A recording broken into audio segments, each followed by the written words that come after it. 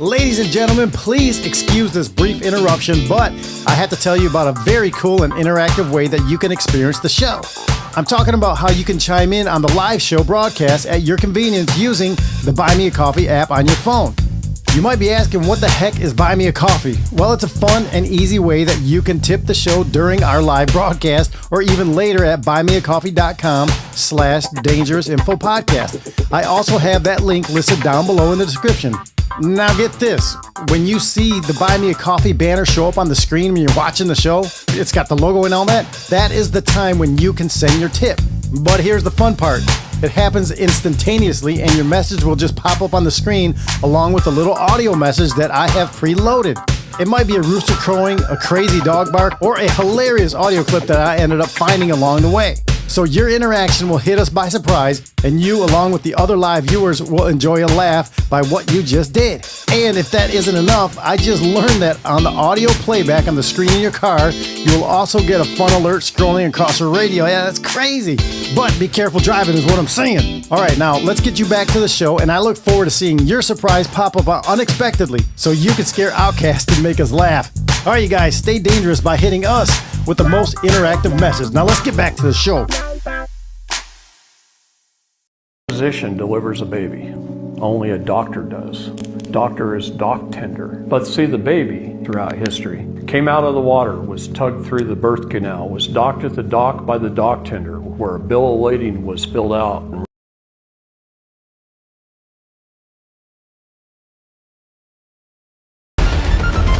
Our institutions have become corrupt. Unconstitutional agencies are infringing on your rights. Your liberty was secured by strong men and women of yesterday.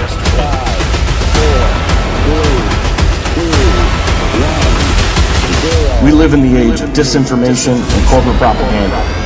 You're an American, born with unalienable rights. Yet those rights are being trampled every day by unelected busybodies. Welcome to the Dangerous Info Podcast with Jesse, Jaymz, and Outcast. Dangerous. Stay blessed in the battle.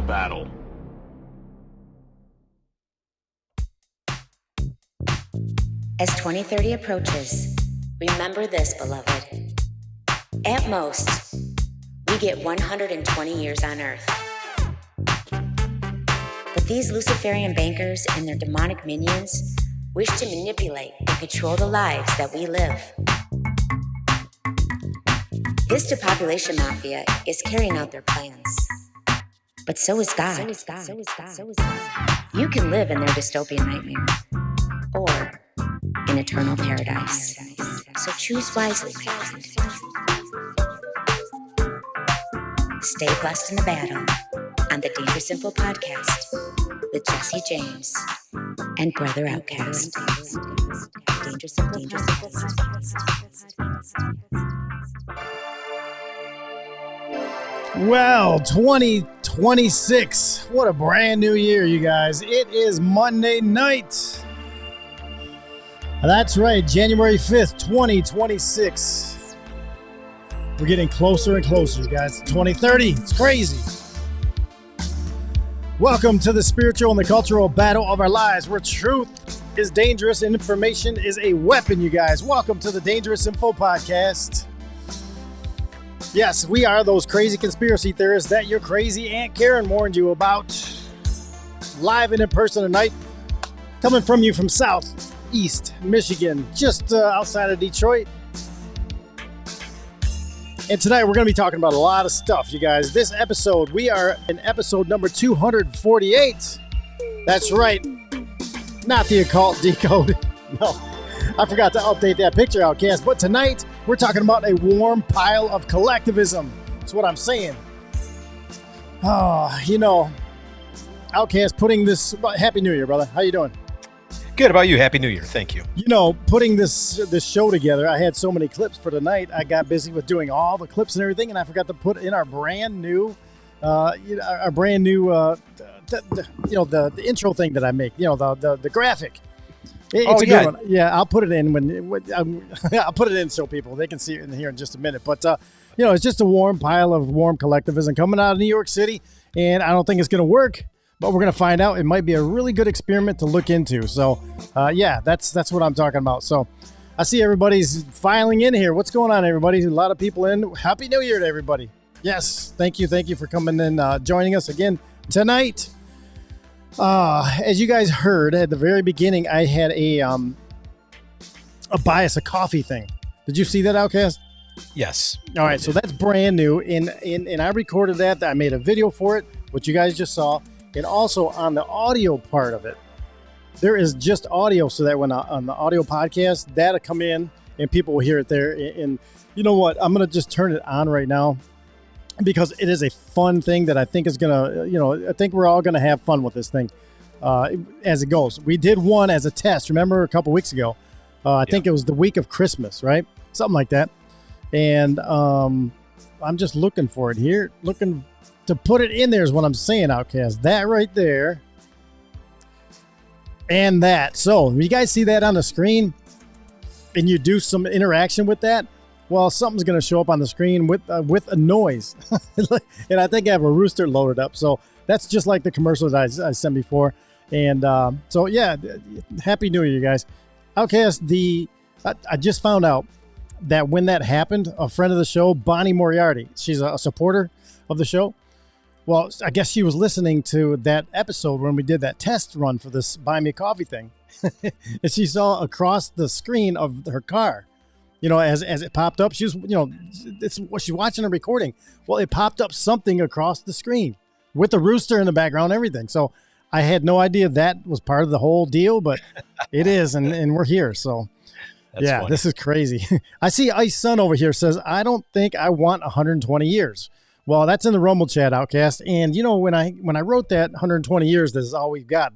The most we get, that's straight out of Bible. That's post-flood limits on us, measly little humans, right? So that's where I came up with that, for Genjo to record. And 120, we should all be living to 120 years. That should not be a thing. There is a slightly different way of interpreting the scripture that you're quoting, and that is, it's in, I think it's in Genesis 6, 1-4. One thought is that it was 120 years from until the flood came. From when Noah was appointed to build the ark, he had a 120-year ministry until he wiped. So he said, "I'm going to limit man's existence, but pre-flood to 120 years from this point." That's just an interpretation. I'm not saying you're wrong, because I read it the first time I read it like you did, but I've had it pointed out by, I don't know if it was Michael Heiser or somebody somewhere in a video that I watched said that was 120 years to the flood. Okay. So he was putting telling everybody, hey, letting you know right now, you got 120 years to figure this out, because that's how long it took him to build the ark. Yeah, and he ended up being 500, 600, 800 years old, something like that. I can't remember the exact number, something like that. Yeah. So yep. Anyway, that's my interpretation. That's what I knew of the 120 years. But I'll take your word for it. It could be. I don't know. Of course, I don't know. I'm just throwing that. I'm pausing there. And the 120 years thing doesn't bother me in the Genjo thing, because I think that there have been people in modern times who've lived to about 120 years. So I think you're right. At the most you get is about 120 years. So anyway you look at it, I think your intro is right. Yeah. Well, thank you. So I got a lot of people here saying Happy New Year and everything. And, a whole nother year's over and done with. We have a new direction for this year. I have new ideas. Outcast, we talked on the phone the other night. I have in mind, and I hope you do too, but I have directly in mind of things I want to add in the show. And I'm going to be pushing for this year to be more rugged individual minded, right? We've always been that on this show, but I want to go harder down that. I want to go harder down the health. Okay. I want to go harder down the physical, firearms. I want to add all these things that we've talked about in the past. I want to go harder down on those lanes. Politics is always there, but politics is a rot. It's a waste, unless we're talking local politics, and there's things that we should be doing. I was chatting with Chrisanne Hall yesterday, telling her how I want to get her incorporated more into the show, to bring her back with a lot of the stuff that she does, because she has the she has the angle that we could be missing on a lot of these things, Outcast. Constitutional, liberty-minded, things that are accepted and authorized by and under the Constitution politically, that are all out of alignment, all out of whack, shouldn't belong, shouldn't, not authorized to be there. So I want to add more of that stuff. I want to add more, we talked behind the scenes of things that we want to do too. So any of your input for the people, something that we can look forward to on your end. No, I'm not going to make some bold proclamation about what I want to. I just, me, I just like to look at everything through a biblical filter and a biblical lens. But I mean, I value the rugged individualism that you're talking about. That's the thing the foundation that we built the show on. So yep. I respect your leadership and your vision, Jesse, because you have done, when I look at everything that you've done here, it's beautiful, and our listeners seem to really appreciate your efforts. So I'm along for the ride, and I'll just add what that comes up into this noodle. I'll put it in the show. As far as anything else, I just, like you said, I agree with you. I think that politics is brain rot, and my mission from here on out personally, and I think that our listeners, I'd like to lead them in the same path, is to elevate ourselves into the 10,000 foot view that God gives us, and look at these things from a broader perspective, and just break away from narratives and try to look at the long picture out, and that's a challenge. I'm not saying we're not always right, but they're going to crack us if we continue to listen to their narrative. They're gaslighting us to death, and we need to be rugged individuals to think individually. Yeah. So that's just kind of thinking out loud, bouncing off what you're saying. I'm just reading some of the chats, and I agree with you on that, of what you're saying, and I'm typing and trying to talk at the same time, and it's fun. Prep shows. I want to share this with you. So TBA over here on Rumble says, y'all used to be a great prepping show. Where'd that go? Well, we never ended it. I mean, we still are. We just have added so many more things, but we want to get back to that yet. And we will, because I got some more ideas of what I want to do, a few more new guests that we want to get on, and all that stuff too. So I just want to say that, TBA, we have an extensive library of prep show, podcasts that we've done. Episodes. Yeah, you can go all the way back and look at all that stuff. So yeah, and Music Lover said, hey, on Thursdays, our Thursday morning shows have been like that. Been a little bit more prep style, prep and preparedness, self-reliance, all these kinds of things. The kind of stuff this country is built upon. Yeah. So more of that's going to be coming, and we'd love to hear from any of you guys out there. If there's certain people that you want on the show, just send us an email, dangerousinfopodcast@protonmail.com. We want to hear who you want to hear too, and I'm sure a lot of these people are probably going to be the same type of people. I've got my email machine is working real well right now. I've got a lot of people that I've been touching here and there lately, Outcast, that I'm just waiting for goes, goes and scheduled dates and these things. So we're going to keep bringing back a lot of our newer guests as returns. I'm going deeper into our archive to get some of those other guests that we haven't talked to in a long time. So I'm just looking forward to 2026, and I'm forcing a direction that I want to be a little bit stronger on this part of the show. But yeah, go ahead. Speaking of prepping items, I don't know if this is considered prep or preparedness, but I purchased for myself and my wife and my mother-in-law this Christmas item that you can look up online called Air Moto. Have you heard of this? Air Moto. Yeah. Mm-hmm. And it's a very small, relatively small air pump for your car. And it became highly rated. And even though I have a plug-in version that plugs into the lighter, I think this is going to be a little bit more versatile. It's got a flashlight on the end of it. It's got a nozzle. You can change the nozzles for sporting equipment to your bicycle, and there's different modes for those items too. But it will inflate a car tire without having to pull up to and shove $1 worth of quarters into a machine, or if you're in a pinch out in the country, yeah, it's a great way to fill your tire back up. So FYI, look into that one. I think that's a new favorite thing in my car that I just got. Okay, cool. Yeah, I do have one. Mine's a Milwaukee. Fills up truck tires and all that stuff. Yeah, it's a good one. Yeah, so I know exactly what you're talking about because we have those kinds for our daughter. So yeah, Milwaukee makes them too, huh? Oh, Milwaukee's got a couple different ones. Yeah. Okay. Milwaukee's got some good ones. Chris or Wenjo over here on YouTube wants to know. I've heard this question before on other shows and from people. Christian prepper question seems like an oxymoron.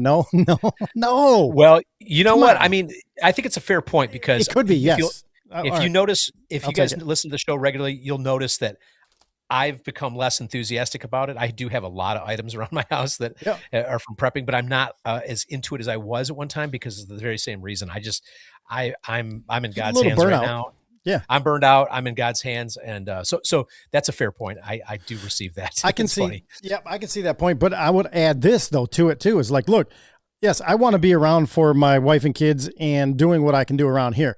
When I say talking about this prepping, all this stuff, what about every few weeks when the power goes out here? I want to make sure I'm prepped with the gasoline, oil, and everything I need for the generator. Especially wintertime, you want to be prepared for everything in your car. So, there's two types of prepping. Yes, we're prepping for the afterlife. We're also prepping for this life. Two different ways. Okay. So I'm good with that question. Doesn't offend me. That's cool with me, but I'm just telling you, I'm prepping. I'm a Christian and I'm a prepper. Yep. And I like to fish. Yeah, Jesse, you just brought up a great point about that topic too, because at the end of the day, God gave us everything that we need on the earth to survive and live and be happy and feed our families.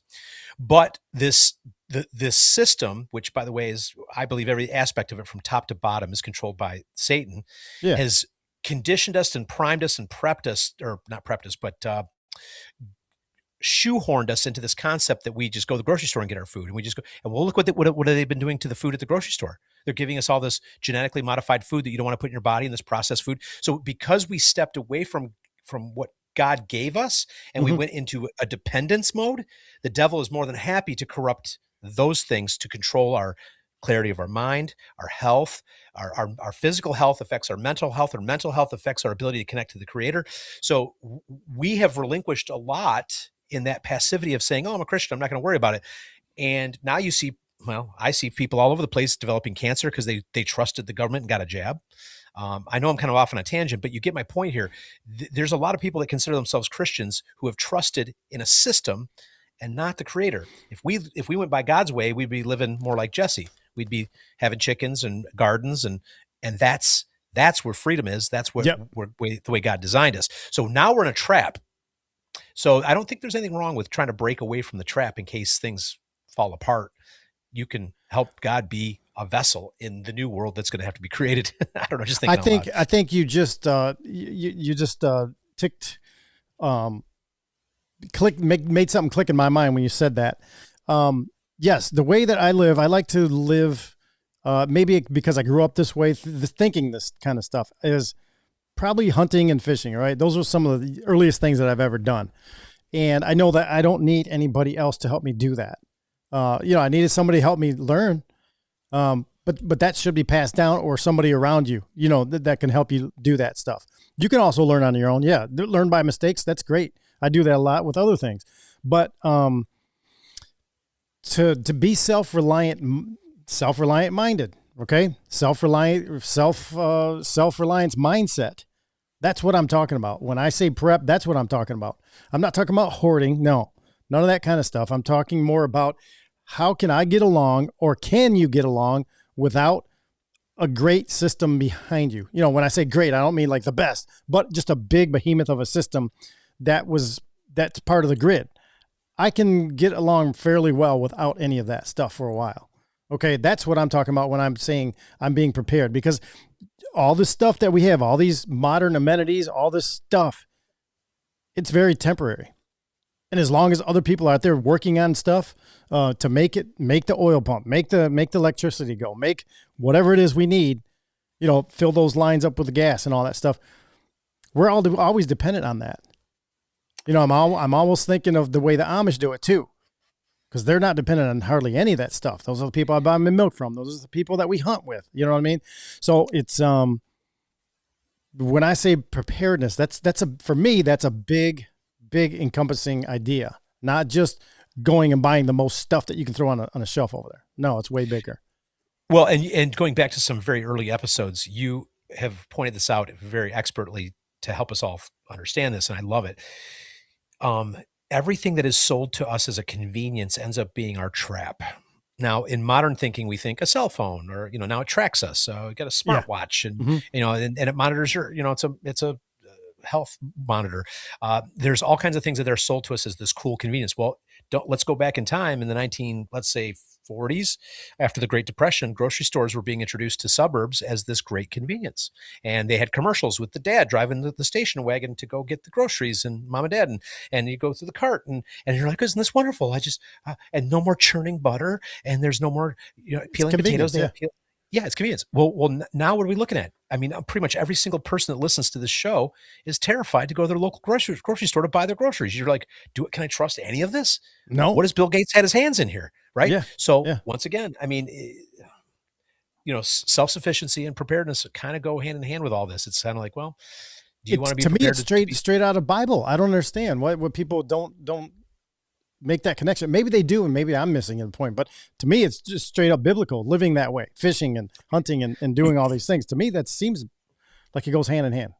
I had a conversation with an Amish guy out in Montpelier, Ohio one day, and I was commending him for their independence and how everybody was admiring them during COVID when they figured out what was going on. And he said, don't admire us. He goes, we have cell phones, we have this, we're and he was, even though that they're less involved than we are, he was saying we're getting sucked into, is what he was trying to tell me. Yeah. Probably the younger generations. Yep. Yeah. Probably he was an older parts of it. He was our age, but he was just letting me know. He's like, don't put us on a pedestal. We're getting sucked into the traps as well. I mean, he pretty much said that to me, which is, I love that self-effacing honesty. That's great. Yeah. So I like what Taylor Smith said right here on YouTube. She says, I've gotten rid of my smartwatch after listening to this show for over a year now. Awesome. Congratulations. Smart move on your part. Yeah. From Jack Pine Savage. Good job, Taylor. Yeah, I've never had any of that stuff. I'll never wear any of that stuff. Remember, that's just part of the wireless body area network.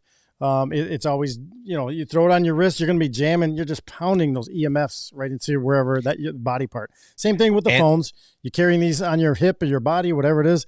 It's pounding stuff right there on you. And I don't pretend to understand or know how all of this super high-tech AI works. I'm not trying to claim that I do, but if the potential for AI and Palantir and surveillance state technology is far beyond anything we can comprehend, imagine this. Not only are they listening to these and monitoring what you're looking at and what you're pondering and what you're liking and what you're disliking and what you're searching for online, but now imagine you've got a watch on that monitors your heartbeat. And now it's getting a read on what makes your heartbeat. And now they've got an idea of oh, this is their hot button. Let's roll this event out next because we know that this makes this causes panic in their hearts, or they'll go, this is addictive. They like this a lot. So let's give them more of that. Mm-hmm. I mean, that's what we're setting ourselves up for when you have as JFK Jr. would say, a wearable, and you've got this cell phone tracking you. I mean, you're giving them biometric data combined with your likes and dislikes and all of your thoughts too. Yeah. They're going to read your mind very accurately. Mm-hmm. Sorry. It's scary. And I'm glad you said that about RFK Jr. because I remember when he came out and said that stuff, watch this. Okay. When he came out and said that stuff, I was like, no way. I don't want anything to do with that. I'm not putting a wearable like that on. Nope. I'm going to beat you with this fishing pole. Get away from me. You know what I mean? So, I'm not doing that. So there's right there, warm collectivism, you guys, if you look on the screen. So that I just made that up because of the whole Mamdani thing. And we'll have to get into that here real shortly, Outcast. But before we do, I'm thinking, let me look over my list here. We have a letter from a listener, a valued listener out there. We also have, let me see, I've got self-reliance.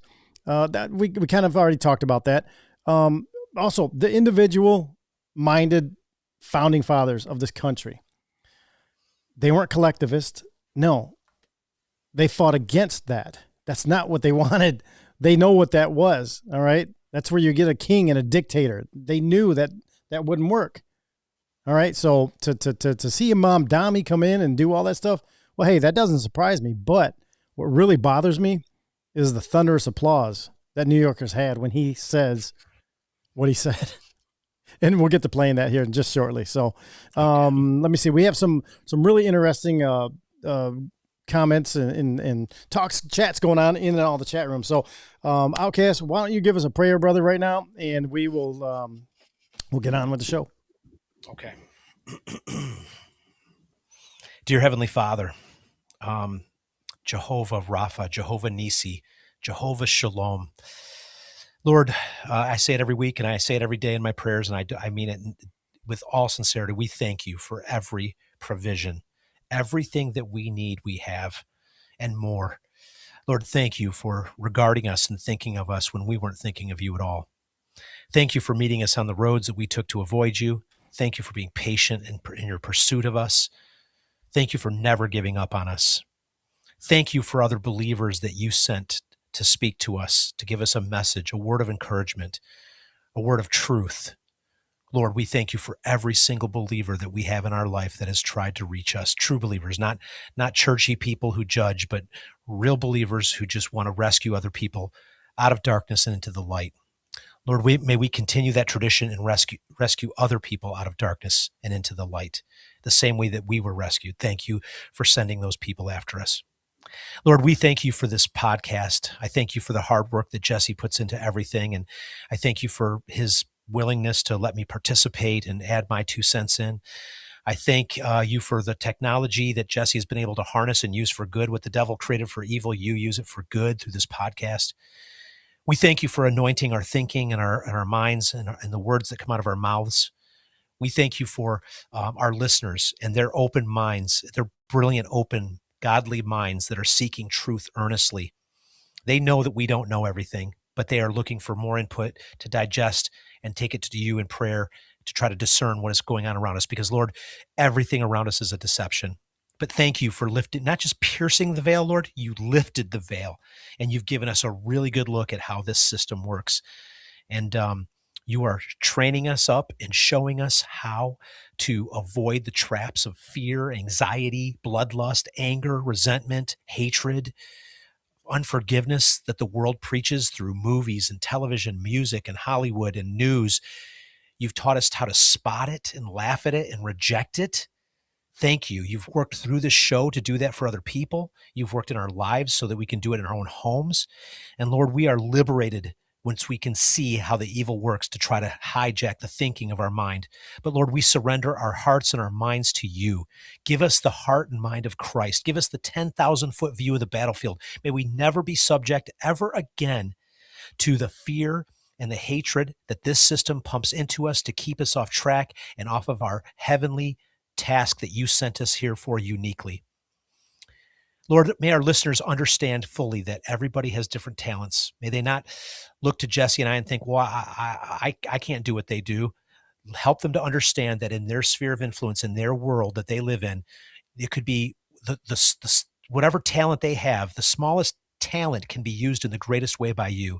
There are many parts to the body of Christ, and not every part of the body does the same work. So may everybody out there, may there be no envy or no devaluing of oneself over what we're doing and what they're doing. May everybody out there recognize how valuable they are in as part of the body of Christ. Lord, as we enter into this new year, help us to leave all the yucky stuff from last year behind, Lord.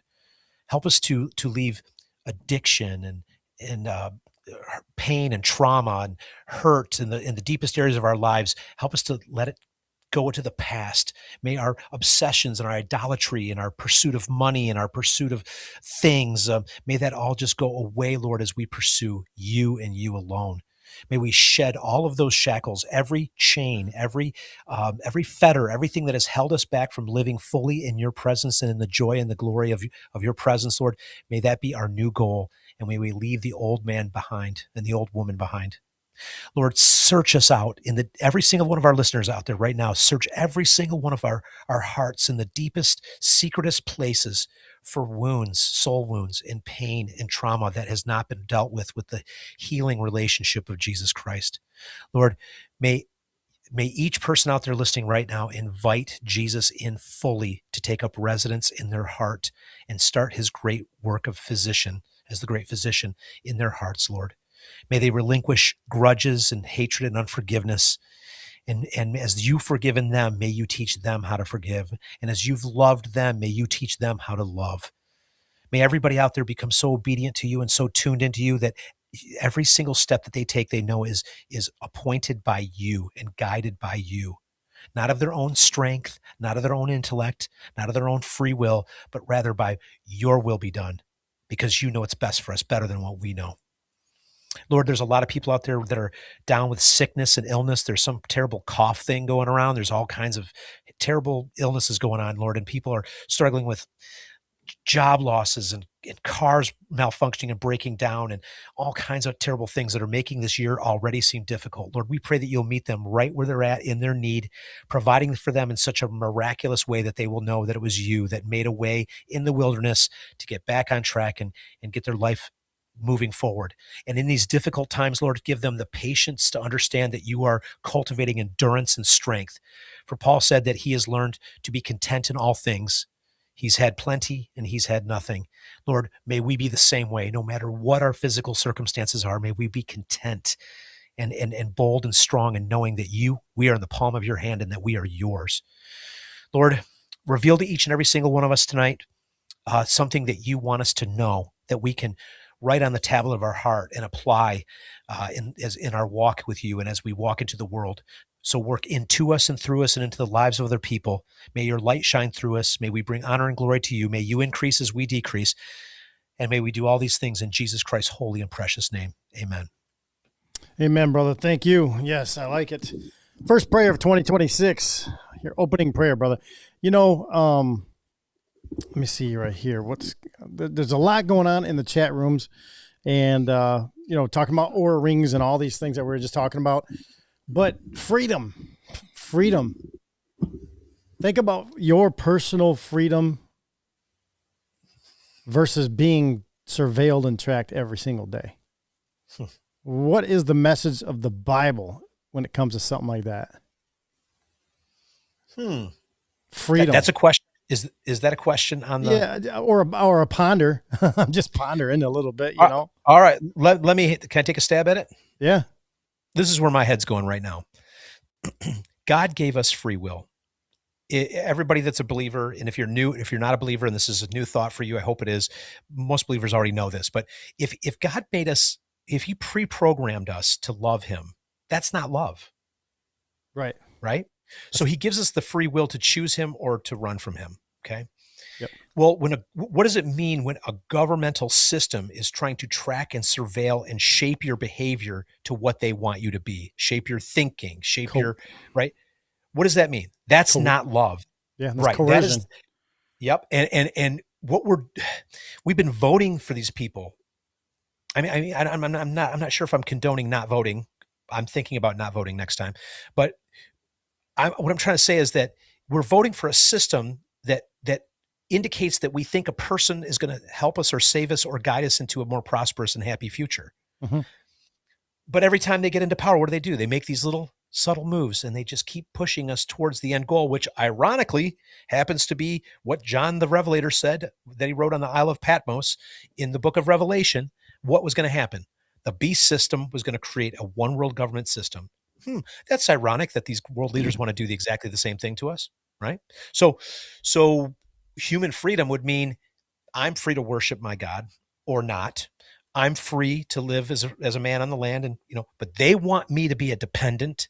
They want me controlled. They want to slap my wrist and put me in Facebook jail. All these things. That does not say that's not from God. God gives us freedom, right? Free will, yes. Free will. Through free will, yep. Yep. And if you look very closely and you lift back the layers, you're going to see what these government leaders want to do is the complete freaking opposite. Yep. They want to restrict our freedoms. Yes. When Joe over on YouTube says sometimes can't we have too much freedom? Well, listen, I want all the freedom. All right. All of it, every bit of it. we really don't know what freedom is like. We think we do, but we don't know what freedom is like. Go back to early 1800s. Go back to 1950s. Shoot, go back to when we were born. I think we were a lot more free then than we are now. But we're comfortable and we're happy and we can buy a lot of stuff. But mental health is in the toilet. There you go. Boom. Listen, you guys, we have a lot of questions. Okay. We have a lot of questions for both of, you from me to you, Outcast, from us to the listeners. But together, yeah, I think we can look, we're going to be able to patchwork this whole thing together and we're going to be able to get through it. I just know that where the freedom is, that's where I want to be. Yeah. Wenjo 1971 says, or maybe just too much prosperity can cause us to not need God anymore. Well, that's absolutely the truth. Yes. When we think that we think that prosperity, we can do it all. And we do drift away from God every single time. And I think that's probably why it says in the Bible that it is easier for a camel to pass through the eye of a needle than it is for a rich man to enter the kingdom of heaven. Now, there's another way to look at that scripture too. The eye of the needle was the smallest gate in Israel into the main city center. And your camel could not pass through it fully packed. You'd have to unpack all the stuff off your camel to get your camel through the eye of the needle. So it's entirely possible. I'm not saying it for sure, but I think it's entirely possible that scripture is referencing the eye of the needle. It's not, it doesn't make it sound like it's impossible. It's impossible for a rich man to enter the kingdom of heaven, but he has to unload the baggage of his life, which is his possessions, that's mentally, emotionally, before he can enter through that little narrow gate.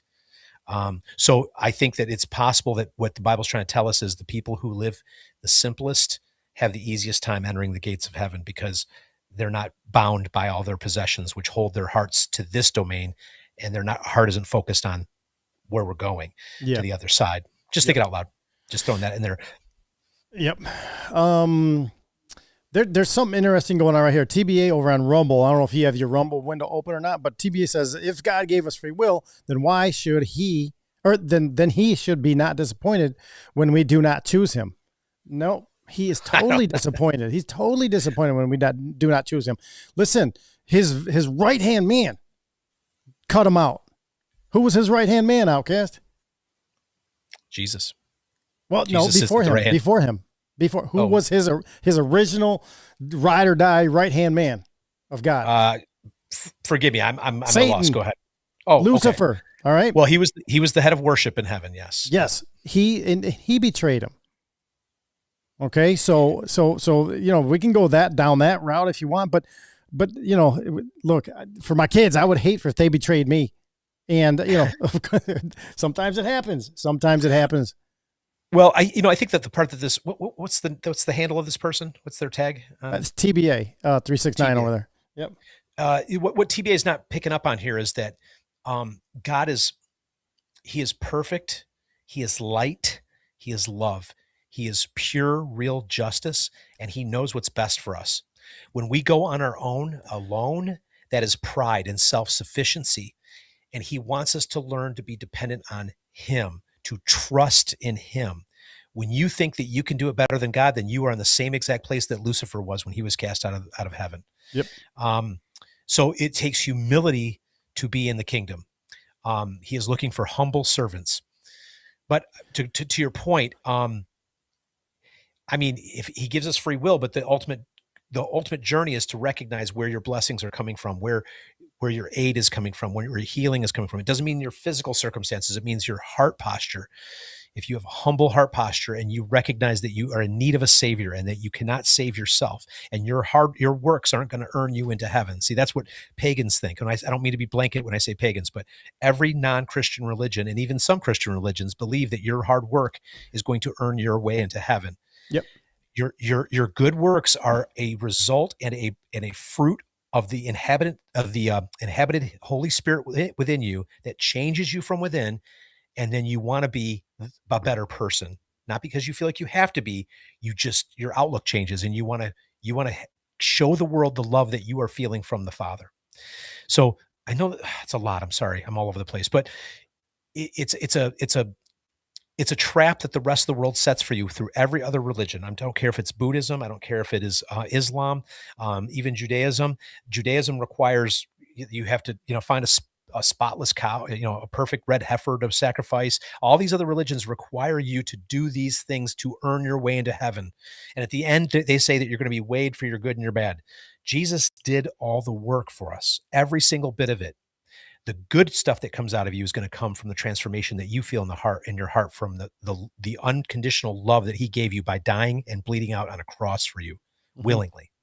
Sorry. I'm sorry, Jesse. I didn't mean to go off. I had to. Now TBA's clapping back at you. He says, self-sufficiency. So you cannot be self-sufficient without God? That's not what we're talking about. That's not what I'm There's two different kinds, right? Right. We don't have to go on this tangent. The chats, they're having fun over there is what I'm saying. But right. Everybody's free to throw their thoughts down in them chats, Hey, I tell you what, TBA, I tell you something, do it your way. Tell me how it works out in the end. Let me know how it goes. It's fine. Yep. And I'm all right with all of it. I just choosing my way. As I learn, I'm going on as I'm learning. So all I know is what's worked in my life. I can't prove anything to you, TBA. I can't. Now there's two kinds of different self-sufficiencies. Hypocrites. Wow. Look, maybe there is. Maybe there is. We can't have. I haven't thought about this long enough. I don't know. This is good, Outcast. Look, I know my self-sufficiency, self-reliance, all this kind of stuff that I collect and do things around here. Yeah, that's one kind. And then the afterlife self-sufficiency, that's when we rely on God. And so I don't know, maybe bringing up a good point. Sister Rita says, send him my way. I'll help out with the brother. And I know she will because she walks the walk. Yeah. See, this is the kind of talks that we can have though on the show without being all butthurt and, mad and everything, because, it gets the wheels turning, right? It gets my wheels turning. It's okay. Yeah, we don't need self-sufficiency in the afterlife. Well, okay. I guess we're talking self-sufficiency of government, not relying on government. You get to the afterlife with God. He is the self-sufficiency. I'll just leave it right there. It's simple. In my head, that's simple. Okay. So, there's two different kinds because there's two different lives. This one and then that one to me. Anyway, we're learning. Listen, Outcast, we got to do a quick, we got to go to a quick break. All right. And when we come back, I want to read this letter, the Christmas letter in handwritten. It's handwritten, Outcast. All right. So that's what I like. Old school. And look at this, steel, right? Or silver, right? Shiny like steel. Do you think it's going to go past 100, past 150 this year? I never thought it'd get as high. I mean, I think it's possible. Yeah, I do think it's possible. Yep. Yeah. I don't know, man. I think it will. I got a weird hunch it could get as high as 150. I don't know why, but that's a random number. I'm just throwing it out there. I have no proof.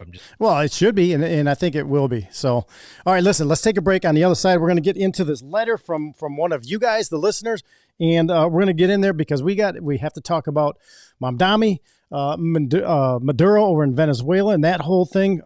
It's crazy. All right, 2026 is starting out crazy.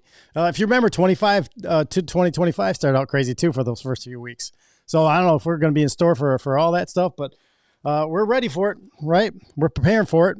And so listen, on the other side of the show, or on the other side of the podcast, you know what I'm saying, Outcast? Love and kisses. That's what a girl gets when she roasts her turkey the Reynolds Wrap way. Directions are on the heavy-duty package. First, line your roasting pan with Reynolds Wrap to catch the juices. See how it molds tight and firm? So strong, so tear-resistant. Now tint the turkey with Reynolds Wrap to keep the bird deliciously moist. Beautiful. Reynolds Wrap, oven-tempered for flexible strength. Reynolds Wrap. So, a lot of sexual harassment stuff in the news of late, and I couldn't help but notice a very disturbing pattern emerging, which is that many of the predators, not all, but many of them,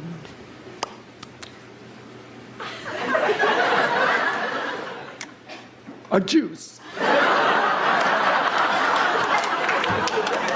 Look, broken the law.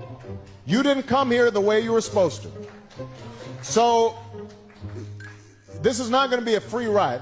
What's going to happen is you are going to learn English. You are going to go to the back of the line so that you don't get ahead of somebody who was in Mexico City applying legally. I think the American people, they appreciate and believe in immigration, but they can't have a situation where you just have 500,000 people pouring over the border without any kind of mechanism to control it.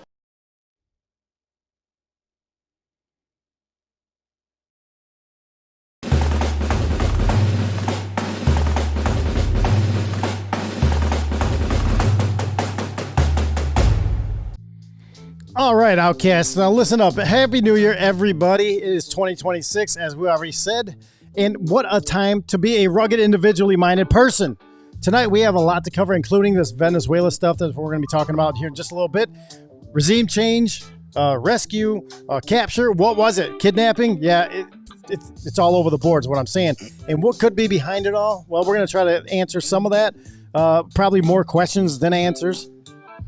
But it's deep, and you're not going to see any of that stuff come true, out of the mainstream media if you're relying on that. So, will New York City soon resemble Gotham City under the new communist mayor Zohran Kwame Mamdani?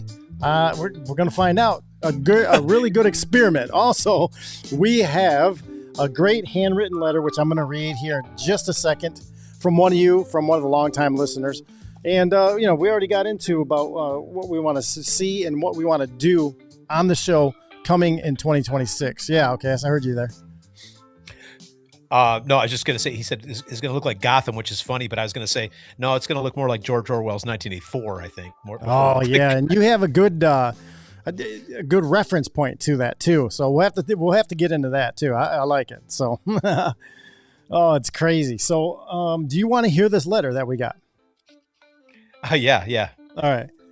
So, you guys, this was sent to our P.O. box, and if you ever want to send us stuff, you can do that too. The P.O. box is listed down below in the description. All right. So, check that out. And we do have some other things that were sent to us. Some things I can't figure out.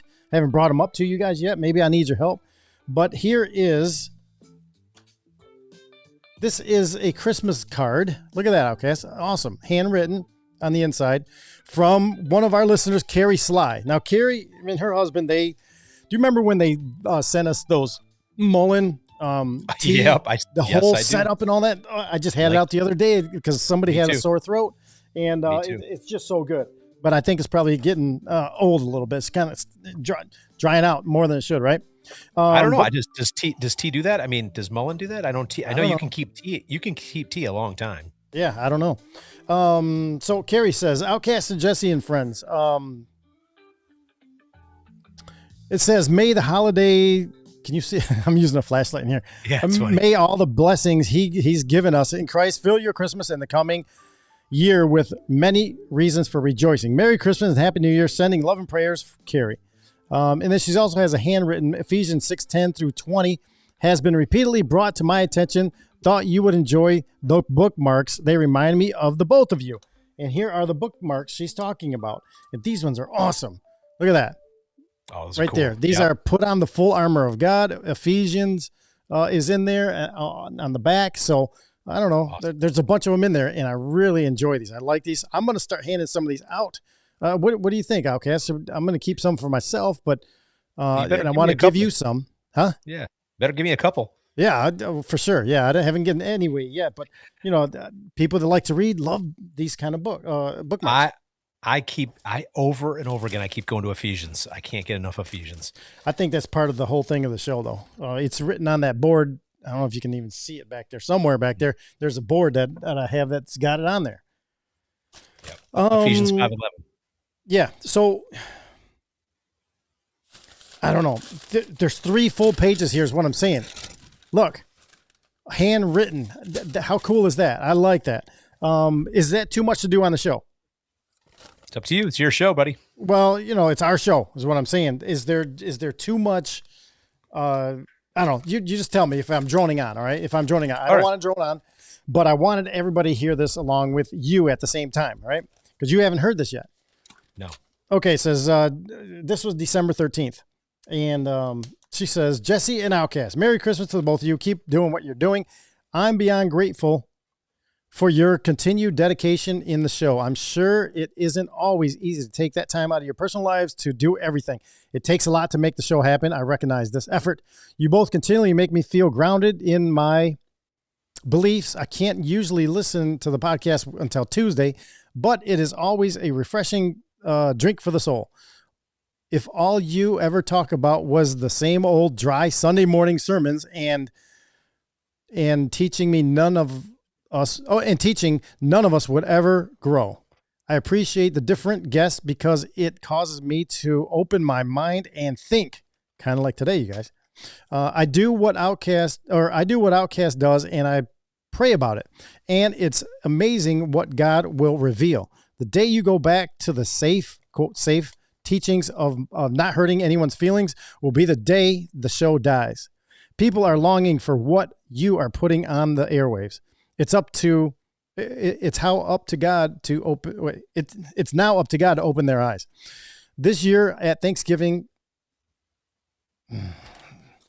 I just want to make sure I can read this stuff. All right, let's. I just don't want to put anything personal out there, is what I'm saying, Outcast. This year at Thanksgiving, I long to be at a table with you guys and the rest of the listeners. That's a cool idea. I like that. Cool.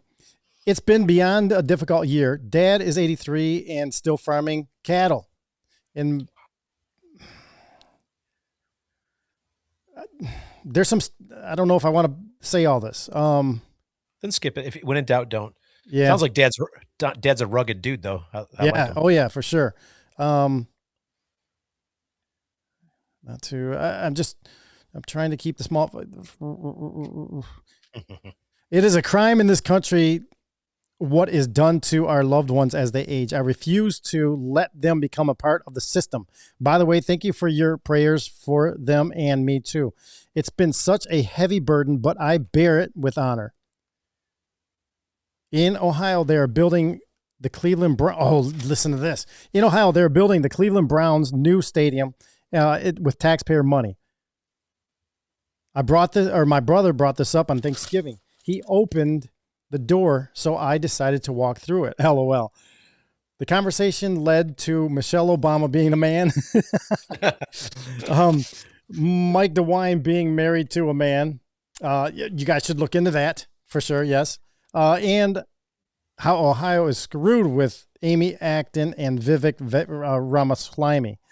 Yes, I know. Dr. Sean Brooks, who lives in Ohio, he's coming on next week as our guest. He knows a lot about that stuff. So, also the fun fact, Ohio has a UNESCO site at the Hopewell Earthworks site. That is a red flag. Whenever you hear UNESCO, that's United Nations stuff. That's always a red flag. You guys should look into that and be wary about what's going on there. Anyway, this caused my stir as my sister-in-law rolled her eyes at me and mocked me. I am convinced that this is why the Bible talks about blindness. It is not just physical, hence why I long to be around a table with y'all. I'm trying to plan a camping trip to somewhere here this summer in Michigan. Absolutely beautiful. I love the tall pines and the sandy trails that lead out to Lake Michigan. Stay dangerous into 2026. Merry Christmas and Happy New Year, Carrie. So obviously there's a sum there that I didn't want to read. I'll give this letter to you so you can read the full thing on your own, Outcast. But feedback. Something that got my attention in there too is she mentioned, so I'm not as familiar as you are with what's it called? UNESCO? What is it called? UNESCO. It's a United Nations. UNESCO. And she said what UNESCO is at the Hopewell Indian site? Yeah. Okay. That's interesting because there's the Hopewell Mounds and Hopewell Earthworks site. So yep. Okay. So I think same thing. So it's a series of mounds, yep. And the mainstream, belief is that it's all Native American, and they have all this pottery, and they just contend that there's nothing else to it.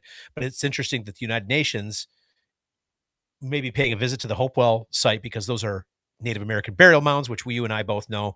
Yep. They predated the Native Americans, and they probably are linked to the giants of the Nephilim in the Americas. And they want us to not look into it. So they label it, Indian or whatever they label the national parks and all these things. that way we can't be digging in the ground and looking around and asking questions. So they just label it whatever they think it is, and whatever they want us to believe, give us a story, and end of story, and nobody ever looks below the surface of the dirt. Yep. Exactly. It's sacred. They label it sacred, and you can't. Yep. Well, listen, that was a great letter from Carrie, and she likes the way that information is delivered on the show, and a lot of that has to do with what the way you talk, the listener feedback, and I think just our mindset. Yeah, for sure. Yeah, and just our mindset on everything. We're not acting to be something that you guys out there want to be. We're just being who we are. Right. And we hope that people just sit around and watch and listen to what we are discussing. So that's pretty much how this show is growing and building. It's because of you guys. It's just me and you talking, Outcast. No different than if you come over here and we talk. Jesse and I, Jesse, you and I are very blessed to have each other to bounce ideas off of and keep our minds open. We experienced a lot of that with, how I met you through a text thread of we call the Patriot text thread. It's been around for, I don't know how long now. Is it almost 10 years, 10 years now? I don't know how long. Like that. Well, thank goodness for people like you, Jesse, in my life. And I would just give you a big pat on the back primarily to make me look at things slightly differently than the official narrative. That is so liberating once you learn how to do that on your own, but it's also helpful to have friends to bounce off of. So even like with this Venezuela thing, we in the Patriot text thread, some people are going kind of official narrative on it. And then some others like myself are trying to say, but think about this too. We keep throwing it out there and we're always considering. Well, so we take for granted that some of our listeners are isolated. They don't have a friend network, but now through the show they do. So now you are part of this synergy that Jesse and I enjoy, where we say, all right, here's the official narrative. Let's start looking beneath the surface, and we'll listen to this person, that person. And then we test it against the spirit of what we think, what we're thinking. And we're going to do that today, probably with Venezuela. Hopefully we'll have some new ideas that you haven't heard anywhere else, just based off of gut feeling. We don't know anything. It's just for you to consider. But now you guys are along for the ride with us. You get to enjoy that kind of, let's look outside. Yeah, let's go back and forth and let's see if we can sort through this nonsense of what's real and what isn't. Yeah. No, I get it. I just, it's just, it's almost like there's just camera looking at me and you just sitting around a campfire. That's all. That's it. Yeah. So, and I'm just glad that people are enjoying it. And, we're also learning from them too, right? Is feedback and all this stuff. So, if anybody wants to give us any letters or whatever, you can do that. Like I said earlier, the P.O. box, it's down below in the description. So you can send stuff there. And we can get into that. So let's go into, let me see. I got the letter. Thank you, Carrie, by the way. Thank you. And I know she's going to be listening tomorrow. We also have more Thursday shows coming, Thursday morning live shows. All right. They're about an hour long. If Outcast is in a position where he can make it, he'll jump on the phone with us. He might be in his car or something, but whatever. And if not, well, we'll just roll with it. Who knows? There might be some surprise guests pop up from time to time, but I still want to continue that Thursday morning, 10 a.m., hour long ish kind of show. I kind of dig it. It's a different feel. It's not nighttime. During that time, obviously I look a little different because of the lighting effect on me and everything. So I don't know what you think, Outcast, but you joined me on the last one just before Christmas there, and it was fun. I like it. Yeah, they're fun. Yep. Yeah, they get lively. All right, so let's get into. They want to know what you do. Where we go one wants to know what you do for a living, anyway. I'm a sales rep. I travel around in my car, cyclically calling on the same customers over and over again. So that's what I do. So I'm driving a lot. The what do you call it? Your area, your region, whatever. What is Southeast Michigan and then Ohio a little bit? Yeah, Northern Ohio, so Southeastern Michigan and Northern Ohio. Yep. All right. So some days I get up and I drive 20 minutes from my house, and then the next day I get up and I drive 2.5 hours into Ohio. It just depends. Every day is different. So 50,000 miles a year on my car is what I drive. All right, cool. TBA just wants to he thinks I'm stifling my podcast growth, but I don't know how I am doing that, but maybe I am, maybe I'm not, maybe I'm doing it unconsciously, whatever. No, by insisting audience members adhere to his own beliefs. You're talking to what? I think What? TBA is dangerously close to being a troll. And TBA, if you want us to be something else, I'm sorry that we're not what you want us to be. Maybe you need to go someplace else. I'm not trying to be rude. You're welcome to stick around and hang out and listen to what we talk about. But if you think that somehow we're going to change because you think we should, there is a million other podcasts out there that will echo exactly what you want to hear. If you want to hear godless stuff, go for it. It's everywhere. That's not who we are. So we've dedicated the show from the very start to God. We knew that we were in dangerous territory talking about conspiracy and other things, and we started praying early on in the show. We're not going to start changing for you. I'm sorry. If you want to hang out, cool. If you don't, that's cool too. But don't tell us that we need to be somebody else. We're not interested in that. That's right. We welcome you to stay. That's fine. You know, and I got no issues with it. You know, I don't control your computer, right? You guys do. You guys do all that stuff, so that's fine. And we're not going to boot you off or anybody. You know, we don't want to boot anybody off. Yeah, you have free will. You can stay or go. That's what I'm saying. Yeah. All right. Okay. Listen. Let's go over here and let's start talking about Mamdani and Gotham City. All right, and see what's going to happen over there. So listen. So. I don't know. I think most of our audience here, when we talk about rugged individualism, what do you think of? In my head, Outcast, I think of, I don't know, guys like me, kind of guys like that I grew up hunting with, guys that I know, or guys that know how to work on engines and build houses and build and do things and can get things done on their own, you know, physically around the house and things like that. What's your thoughts on that? Guys like Carrie Sly's father. There you go. Yeah. Okay. I think of that too. Building things, creating things. All right. Bringing new ideas to people. Rugged individual. Being out there. You know, anybody who camps, you're some sort of a rugged individual for doing what you're doing. Yeah. There's rugged individualism of the mind, and when you run opposite of the herd of humanity running, then you are rugged individualist. Right. Right. So if the herd's running that way and you want to go the opposite, I would say you're an individualist.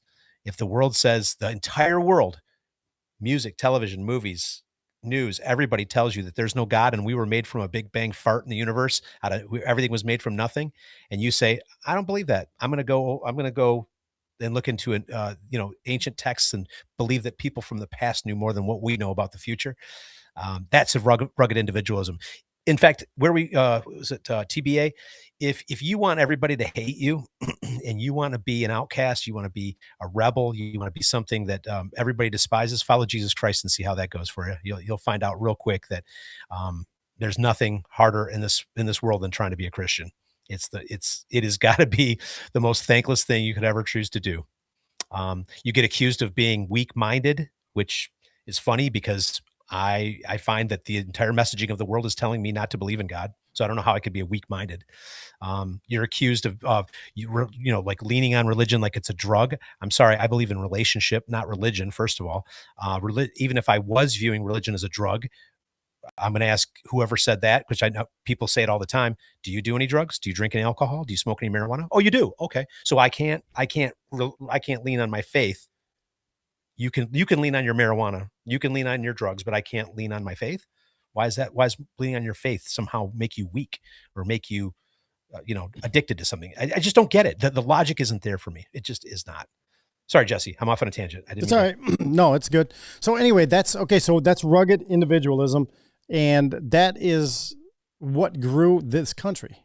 People like that, think about all the people who came from, I don't know, from Europe way before this country was even built. There was no health insurance. There were no guarantees in life. There was nothing, right? There was no safety net to catch them. There was no nothing, right? And they did it. And look what they created for us down here, living like we are, with all these so-called, excesses and we can sleep at night every day, or sleep all night, without worrying too much what's going to happen through us during the night. Safety, things like that. Built a great country that I wish was greater than we are right now. All right, but still, that's that kind of person, right? And we still have these kind of people out there, just not as many as it seems that way, or we don't hear from them because they're out doing their own rugged stuff, right? So the opposite of that is somebody who wants to control everything you're doing. So let's see what or be controlled. Yeah, or be controlled and want to be controlled by somebody else who offers them a lot of good free stuff. Let's listen to back to back now. G. Edward Griffin. The Jekyll Island, author of The Creature from Jekyll Island, the Cancer B12, Latrell author, okay, all that stuff. Smart guy, right? He's from Michigan. He's from here. You're going to see him followed up after Mamdani talks. And he's going to talk about collectivism. Let's check this out, okay? See what you think. We will replace the frigidity of rugged individualism with the warmth of collectivism. If our collectivism, and they believe that the group is more important than the individual, for example, and the individual must be sacrificed if necessary for the greater good of the greater number. They believe that the state should be all powerful and that the people should obey the state for the greater good of the greater number and all of that sort of thing. They believe that rights are granted by the state. They're not part of the human being. They're not God-given. They're not entrenched in his body and soul. They have to be granted by the state. What do you think about that, Outcast? Yeah, I understand why you want to put this segment in the show now. When you hear what Mamdani says and what this guy his rebuttal was, it is insidious to think that I mean, listen. Are we supposed to be concerned about our neighbor? Yes. Do we want to help people up and help them out? Yes. Do we want to leave people behind? No. But but you shouldn't penalize those who work hard for it, right? Yeah. If you're willing to put your energy into that in your life, whether it's God ordained or not, if that's where you want to put your energy, that's where you reap what you sow. This collectivism thing is the fastest path to not only mediocrity, but to absolute shared misery. Nobody thrives in that environment. Nobody. And for Mamdani got there and run his mouth. He's obviously a puppet. I'm sure he's in the pocket of Soros or somebody. I don't know how anybody in their right mind could be a socialist or a communist if you really do your homework. I mean, look at Russia. It's failed every single time. And they go, well, it hasn't been done right yet. Okay, well, when is it going to be done right? I've yet to see anybody even come close. Mm-hmm. They lower the bar because nobody wants to fight to achieve. Your whole culture becomes garbage after a while. Right. You can't even create a good product because there's no incentive to do so for people to let's say a new tractor to help you plow your field or whatever. I mean, it just gets debased to the most ugliest, crudest level. And I don't. Well, what does communism lead to? Death. Look at Stalin. Yeah. Death, destruction. I mean, there is, the comparison of his, of Mamdani's quote compared to Stalin, Mao, and other dictators like that is insane. I mean, it's insanely close to theirs. And what I'm saying is, when he said that the other day in New York at his inauguration, warm collectivism, he got thunderous applause from these people. Do they even know what that means? Or do they just hear free stuff?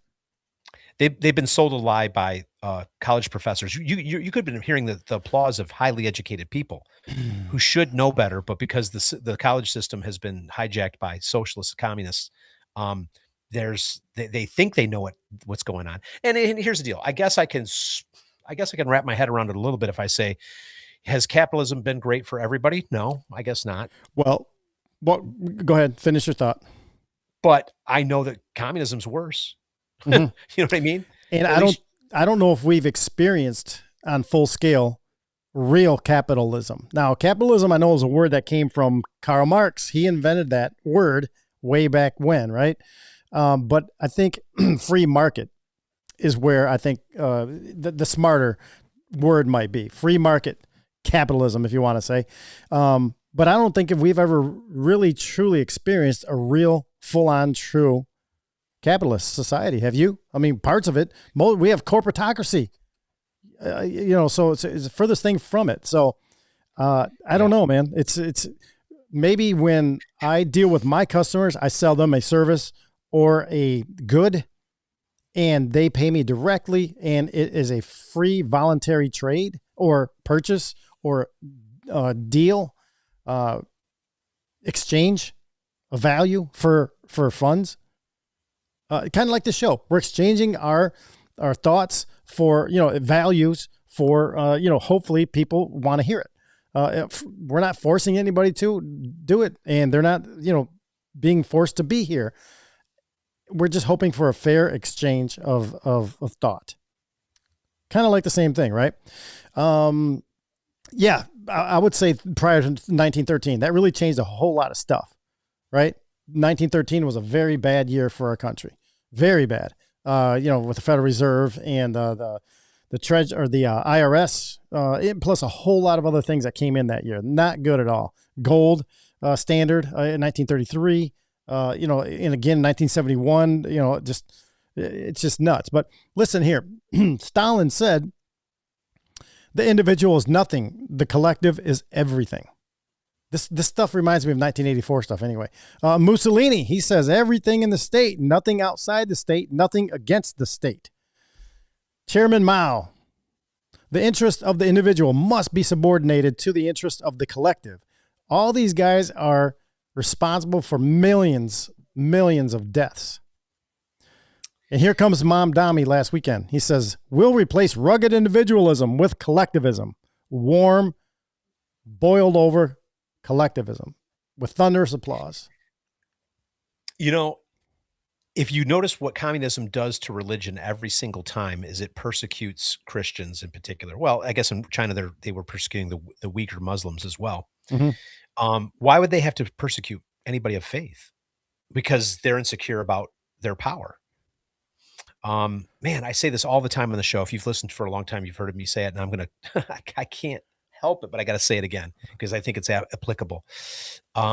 There was a punk band, an anarchist punk band from England, started in the 70s and went into the 80s, called Crass.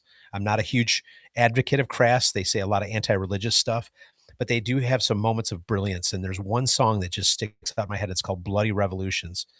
And it says, one of the choruses to this song is, government is government and all government is force. Left or right or left, it takes the same old course. Oppression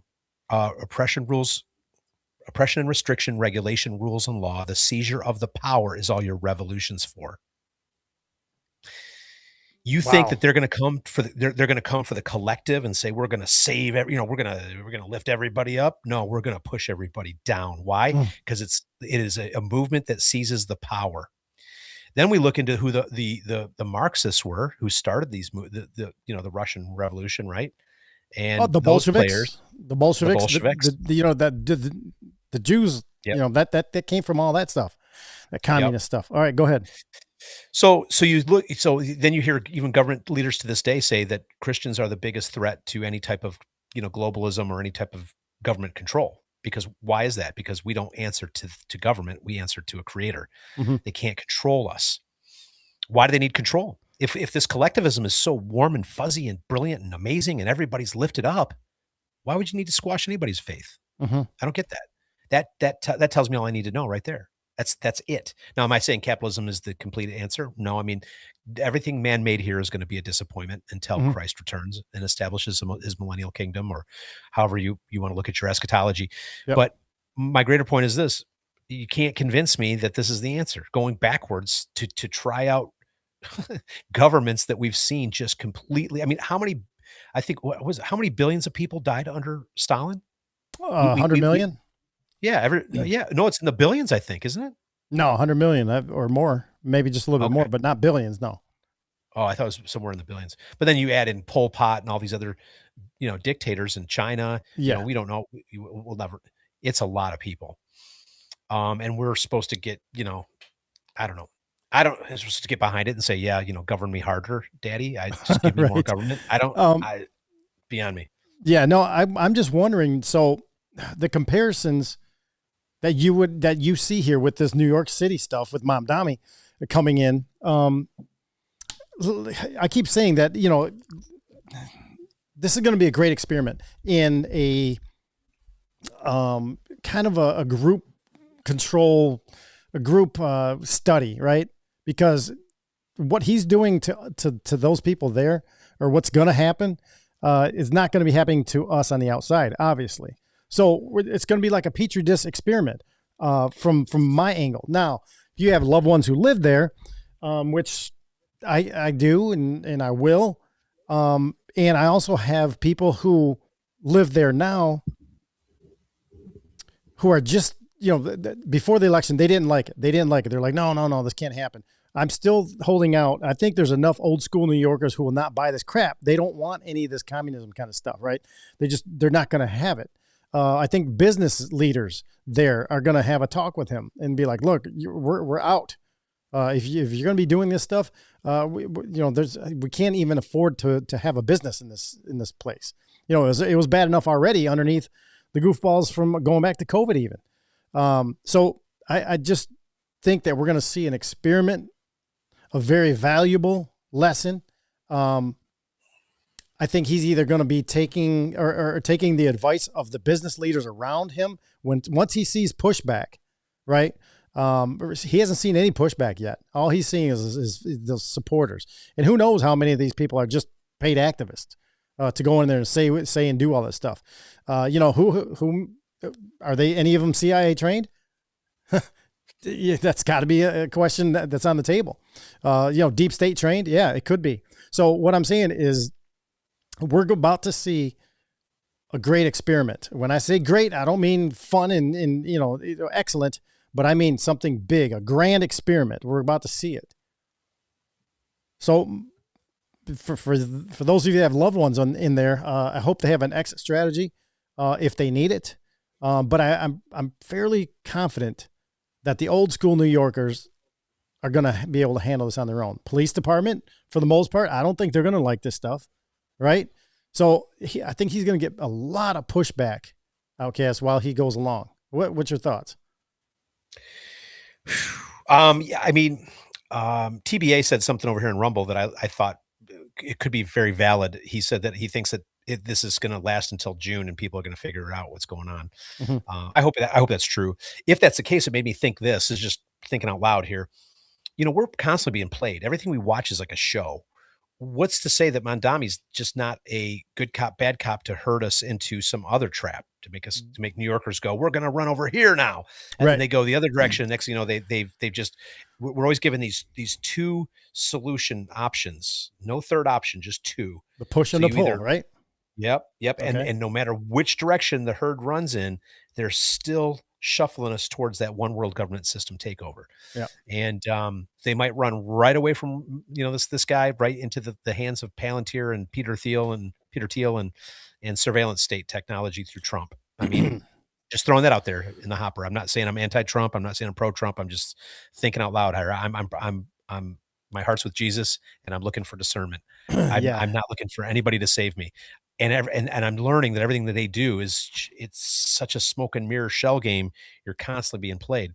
Yeah. Who knows? I mean, but it's going to be an interesting experiment to see because these people who voted for this guy, they think they're so smart and they don't know anything. I mean, just look at that comment from that woman in Mamdani's cabinet who's talking about land ownership. She wants to she's talking about land ownership is going to look different. You're going to take people's land now? Yeah. And I have, I'll cue that up here in just a minute. And that's the one we were talking about from before, right? I'll cue that up in just a minute here. But isn't it crazy how isn't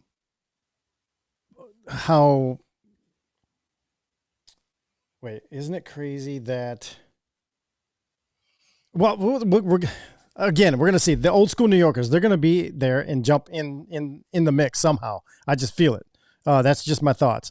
Now, I don't know how, if you, Outcast, do you have anybody that lives in New York City that is going to be going through this?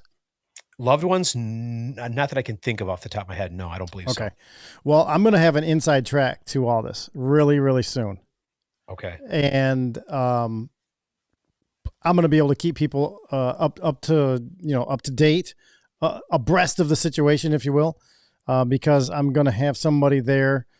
I already have friends who live there right now who are right on the island, right?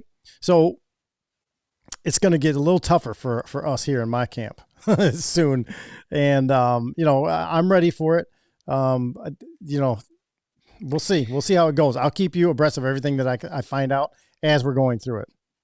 It just makes, I'm not an expert in law or anything, but isn't it seem kind of counterintuitive that communism could have a foothold in any city in America if it's not part of who we are as a country? I don't know. I know that there's sovereignty of the states, but I don't know. Something seems like these moves, are they even constitutional at all? Do your constitutional rights supersede the state collectivism? I don't know. Right. No, I get you. And see, that's where is a really good question for KrisAnne Hall. Now, she's taught us a lot about, what federal can do and what state can do. And, so in this situation, he's pretty much going to be governing in that city. He's just the mayor, right? So it's not going to extend out into greater New York to the other towns. He's just New York City. So, that's going to be something to look into. But I think, again, it's going to be a great experiment. Let's hear what you were just talking about, the tenants and all that stuff. Do you want to hear what that's talking about? Yes. So he's not going to be able to step on too many people's, rights. And, I think, like I said, a lot of people are going to jump in here. All right, check this out, you guys. Here is from, I believe it's a tenant of one of the apartments. And, she's having a good time. I think the reality is that for centuries we've really treated property as an individualized good and not a collective good, and we are going to transitioning to treating it as a collective good and towards a model of shared equity will require that we think about it differently, and it will mean that families, especially white families, but some... Hang on. She said especially white families. This is Mamdani's tenant and director on individual home ownership. Let's keep going. Talking about white families. POC families who are homeowners as well are going to have a different relationship to property than the one that we currently have. This is the newly appointed director under Mamdani of New York City's new mayor's office to protect tenants. Or I guess you could call her his tenant director. And she's talking about essentially doing away with individual property rights. The property is now owned by everyone, aka the government. She's talking about us having a different relationship with property than we currently have. This is what Democrats are bringing into our political atmosphere. New York City is a Democrat stronghold, and this is what they're bringing in. I quite like my individual property rights. And that's one of the foundations of this country. And it's one of the foundations that made this country as great as it is today. So moderates, pay attention. These are the type of things that happen when Democrats get control, full control. We're seeing it firsthand in New York City.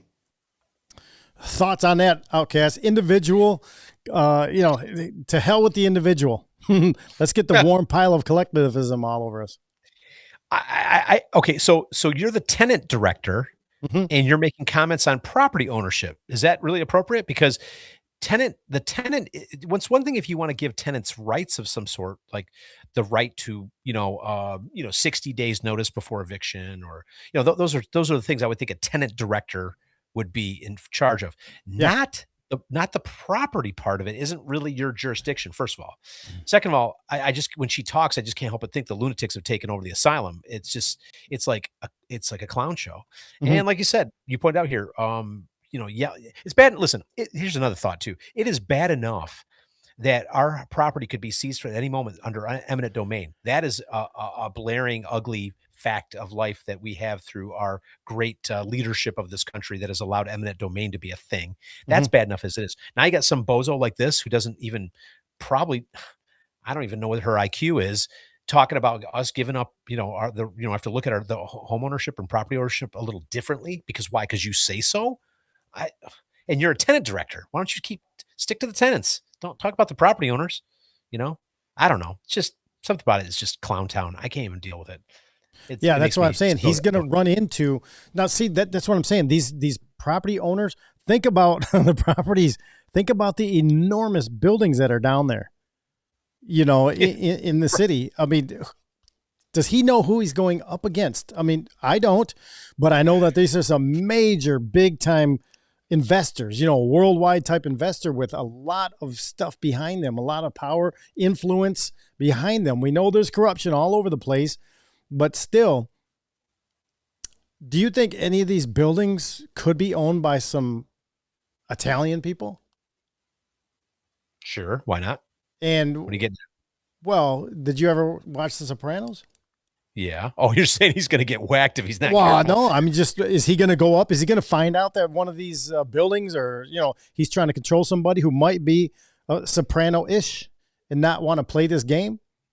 I mean, why not? I mean, that's what New York City is all about, right?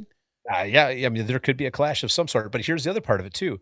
That there's wealthy liberal donors that want this to happen, and that they won't forfeit their wealth. They want to take the small middle class and lower middle class people's land away from them. Why?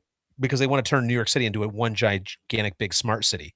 Right. That is probably what we're looking at here. This has less to do with socialism, communism, and collectivism, and it has way more to do with the globalist agenda of smart cities. That's what I'll bet you this is about. They're going to try to seize land, and it won't be the big guys. The big guys are going to keep their money because they're going to profit off of a smart city somehow. Well, think about it like this. Go ahead. Those buildings might stay in that smart city. Right. Exactly. They might be incorporated right into it. Yeah. And think about it like this. Why are they pushing the smart city? Well, if you're Jeff Bezos and you have to have a fleet of vehicles that are spending gas money and you have to change the brakes on them constantly and they're constantly just running to and fro, wouldn't it be easier to peddle your online products if people were consolidated in an apartment and you just have to drop off packages in that one area and you don't have to worry about vehicles as much? Mm-hmm. Right. Maintenance, right? That alone tells me that there are billionaires behind this as well. I mean, we know that already, but people that you think that just are concerned with business, no, they want to make sure that they can sell more efficiently than they already are, because paying somebody to drive around a truck all day long and make 1 million stops and destroy trucks just by wear and tear, that's not profitable in the long run for them. Does that make sense? Well, yeah, okay. So the 15-minute city model in New York, I can see some spots of it working and some parts of it not. You still have a lot of those old school neighborhoods that are in there with, again, the same people that are not going to be putting up with this crap. Then you have those more futuristic parts of the city, some of these buildings and, the owners, like you said, Outcast, a lot of them are probably down with that. But again, like you said, we're going to see a clash, right? We will see a big time clash of what's going on there. This is the Battle of New York. Okay. And I just hope that it doesn't turn into a violent mess. Okay. Something violent. It's just going to be a struggle. Purge? Yeah. Or Warriors. Yeah. I don't, Warriors. Yes. That was a great one. I don't think it's going to be, unless there's some sort of racial thing that jumps off this summer, that might be staged or not, some sort of event. Yeah. Some sort of an event. I just see it as a struggle versus a violent bloodshed type of thing. I see it as a struggle back and forth, left, from this part of the neighborhood to that part, down to the Manhattan and all these things. So again, I'm not a New Yorker, but I have loved ones there. And I'm going to be watching it close. I'm going to be staying in very close contact with what's going on. First sign of some dangerous kind of thing going, jumping off there, that might require me to head that way, on an extraction mission. Is what I'm saying. So pray for me, brother. Pray for me, you guys, and anybody else who's out there is going to go through this stuff. So I just don't. Again, my gut feeling is right there. It's just telling me that it's going to be some sort of a major struggle, and it's going to be big. Big into the not just neighborhood struggle, but I'm talking big time moneyed struggle too, right? You got the threat of these business owners there. Go ahead. Over here on Rumble, TBA said something that I thought was kind of profound. He disagrees about the 15-minute smart city, but he said, if you're right, watch for fires in the suburbs. And I think that will be a good sign. Seriously, if we start seeing some bizarre catastrophes in the suburbs, we know that's what they're at. That's what they're going to try. That's right. Cause they're going to need that acreage, for things. So that's what I'm saying. The 5 boroughs, I don't know if that would be affected in that way. I mean, if you're talking something on Manhattan, it's just an island. So let's see what happens. They are, back in 2001, they did a little something over there, didn't they? Completely different, out of bounds there. But golly, I'll just keep my eye on it. You guys pray for me and for the people that are going through it. So, all right, Outcast, let's. You had something from about 1984, didn't you? Did you bring that up? I think it was more in regards to Venezuela. Okay, all right. Well, let's get into the Venezuela thing. I've got a few different videos here. The Venezuela thing, Outcast, to me is so wide open. And if you just watch the mainstream media and listen to the mainstream radio, you're just getting one side of it, right? You're just getting a very one-sided type of thing.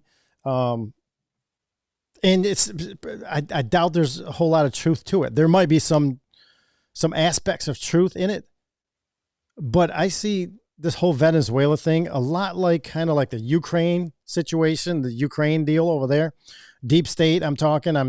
There's just so much going on. And if you listen to a lot of people out there are also theorizing it, same thing. They're also thinking that there's a ton of stuff that's happening, but not everybody's on the same page.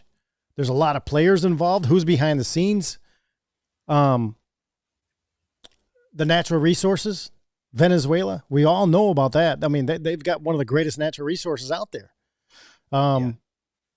But also you got to throw in, there's meddling. There's been a ton of meddling and people getting paid off by Maduro and his administration. Then you got a lot of, was it an extraction? Was it a kidnapping? What was it?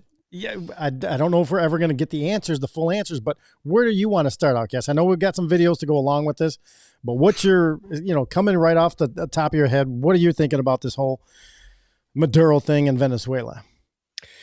All right. Just going to say a few things here because I can't not say them. First of all, if this was about Maduro being a bad dude, why, and I'm stealing this from memes I've seen, but I think it's a great point.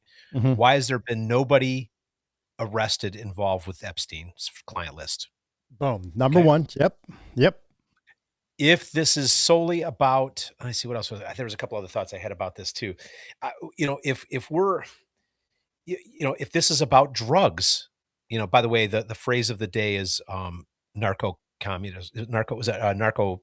what do they call it? Narco-terrorism. Yeah, Narco-terrorism is the new word of the day that they've created to rally us around this. And it makes sense because everybody has had somebody in your life affected deeply by drugs and or their lives destroyed by them. So it's a great buzzword to kind of strike a chord with people for support. But if this was really about drugs, why go after them and not Colombia, which is a larger distributor of drugs? If this is about drugs, how can it be about drugs when the three-letter agencies of this government have been feeding the drugs into this country for years to erode us from within to take us over for their ultimate goals? Mm-hmm. So I am left to step back as far as I possibly can in my mind and look at this thing on a different level. Yes, there is petroleum there. It's the largest petroleum reserves in the nation.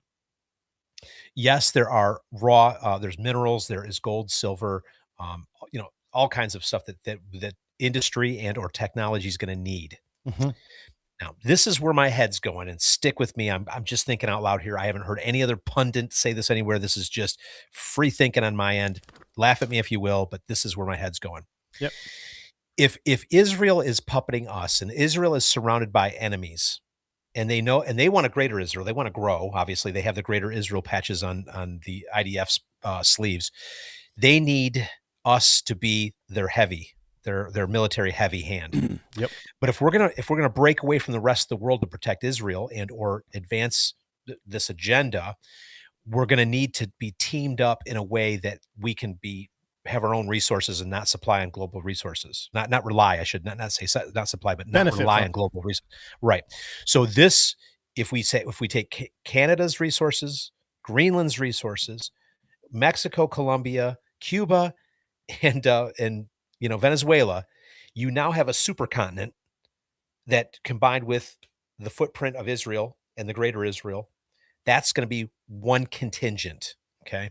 Mm-hmm. Then on the other side of the world, you have the BRICS nations and who's aligning themselves with them because they're sick of our shenanigans and how many coups we've led with our three-letter agencies in other countries around the world.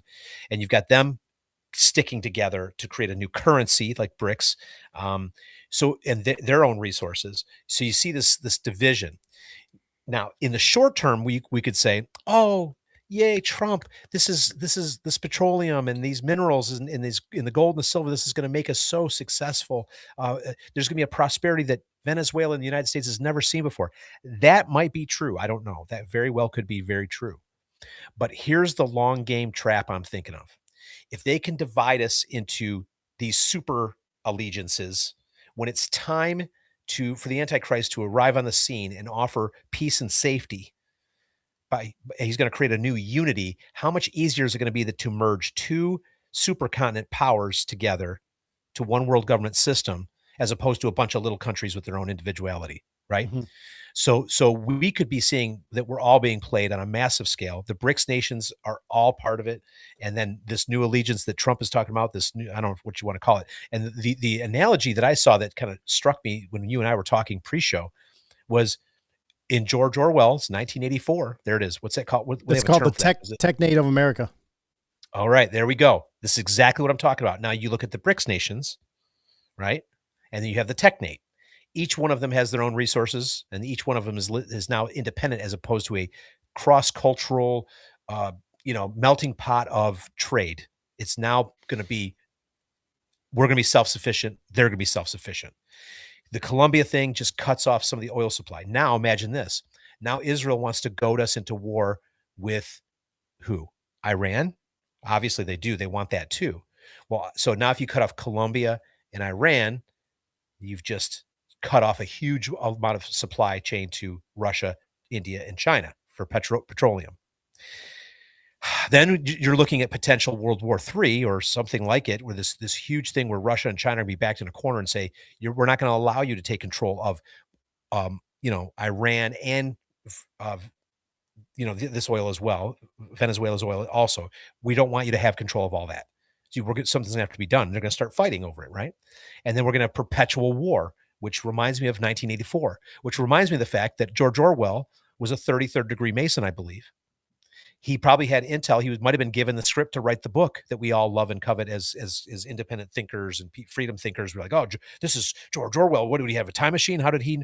Well, no, he didn't have a time machine. He had the script, and he was told to write the book, and they were going to promote the book in school, which they did, by the way. We were told to read it in high school. And they even showed, after we read it, we watched the movie in high school. So they promote the book, they promote the movies, and they're mentally priming the pump for what was going on in 1984. There were 3 major continent allegiances, and they were constantly at war: Oceania, Eurasia, and East Asia.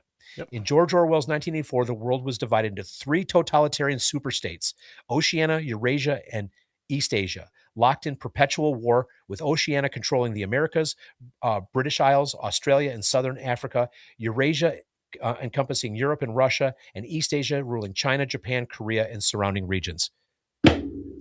Boom. Okay. So we could sit there and go, ooh, Trump's a good guy. Trump's a bad guy. Venezuela's its victims. Venezuela's going to be it's going to save the world. There's going to be prosperity. Okay, maybe in the short term, there's going to be all those things. I don't know. But I'm telling you, the big picture that God downloaded on me is this is just one more step. Once they have those 3 continents, it doesn't have to be exactly the same as what I'm saying here, but this is a rough template. Once they have these 3, how much easier is it going to be for the Antichrist to bring it all together under one world government system, which for a fact is what their ultimate goal is? So while we're out here bickering about what the real thing of Venezuela is all about, they're laughing because they're just doing the power grab, and they're just putting all the chess pieces in place for the ultimate grab. 2030, I don't know when it is, just throwing that out there, but they're moving fast. It is a weird time to be alive to watch this happening so fast. I don't know. What do you think, Jesse? Am I nuts? No, it's very exciting. Now, that's all on the record, and I'll take that. And, what I'm thinking too, and I think that's all can be valid too, right? I also want to throw in from my side. Now, remember the other day, I was like, oh my gosh, remember? I sent you a text. I said, dude, you remember in this summer, we were talking about those Dominion machines that they use, for our voting and all that stuff. And sure. They were located in Venezuela. Okay. And they were just bought this summer by a quote conservative brand or an outfit or guy, fella, whatever you want to call it. And that ownership transfer, I'm sure whoever owns it now is going to see all the records of the past. 2020 election, 24 election, 2016, all of them. The midterms, wherever those Dominion machines were, used, facilitated. We know that stuff is very easy to get into and manipulate. We know that they had Wi-Fi connection in them too, right? So my thought goes there. It's like, okay, so we are going to need some sort of a download of what's going on with these Dominion machines down there. You got to throw George Soros in there too, because that was the whole thing that they were using and controlling, and the open societies and all that stuff. So toss all that into the mix. Who is involved? Yeah. Who's involved behind the scenes that might be pushing things that could happen? And I'm not talking about Maduro. I'm talking about, when I brought up Ukraine earlier before, I said that's a deep state stronghold. Democrats' names are all over that stuff, and I'm sure some Republicans too, a lot of rhinos. But guess what? Same thing here in Venezuela. All that's there with these guys too. I think everybody's seen the list, but there's two that come to mind out of Michigan: Slotkin and Gary Peters. Okay, listen, they're both Democrats in Michigan here, hold seats, and they got money from what they're saying is the Maduro administration. Is that true? I don't know, but there's people saying it, and there's, it's words on a piece of paper. I don't know. But then you go across a long way away, and we know this little tiny country that holds a lot of influence and control. Okay, is there a connection with that too? I believe there is. But do we need to clean out? We've heard this kind of thing before, Outcast, where do we need does the rest of the world need to get cleaned up before this one final thing gets cleaned up? That is a cute assertion, that Israel will be saved for last. I noticed that Wenjo 1971 said she is a Messianic Jew. So just for the record, Wenjo, what we say about Israel has nothing to do with, we're not racist towards Jewish people. Right. Nothing like that. This is about the state of Israel and what it's become. But in my humble opinion, I think that Israel is the nation, the government of Israel, Netanyahu in particular. They are the highest order of mafia thug power control center. Zion. Yep, the Zionists. I mean, it's like you watch a movie like Goodfellas, or you watch a movie like or a show like The Sopranos. That's nothing compared to their reach that they have.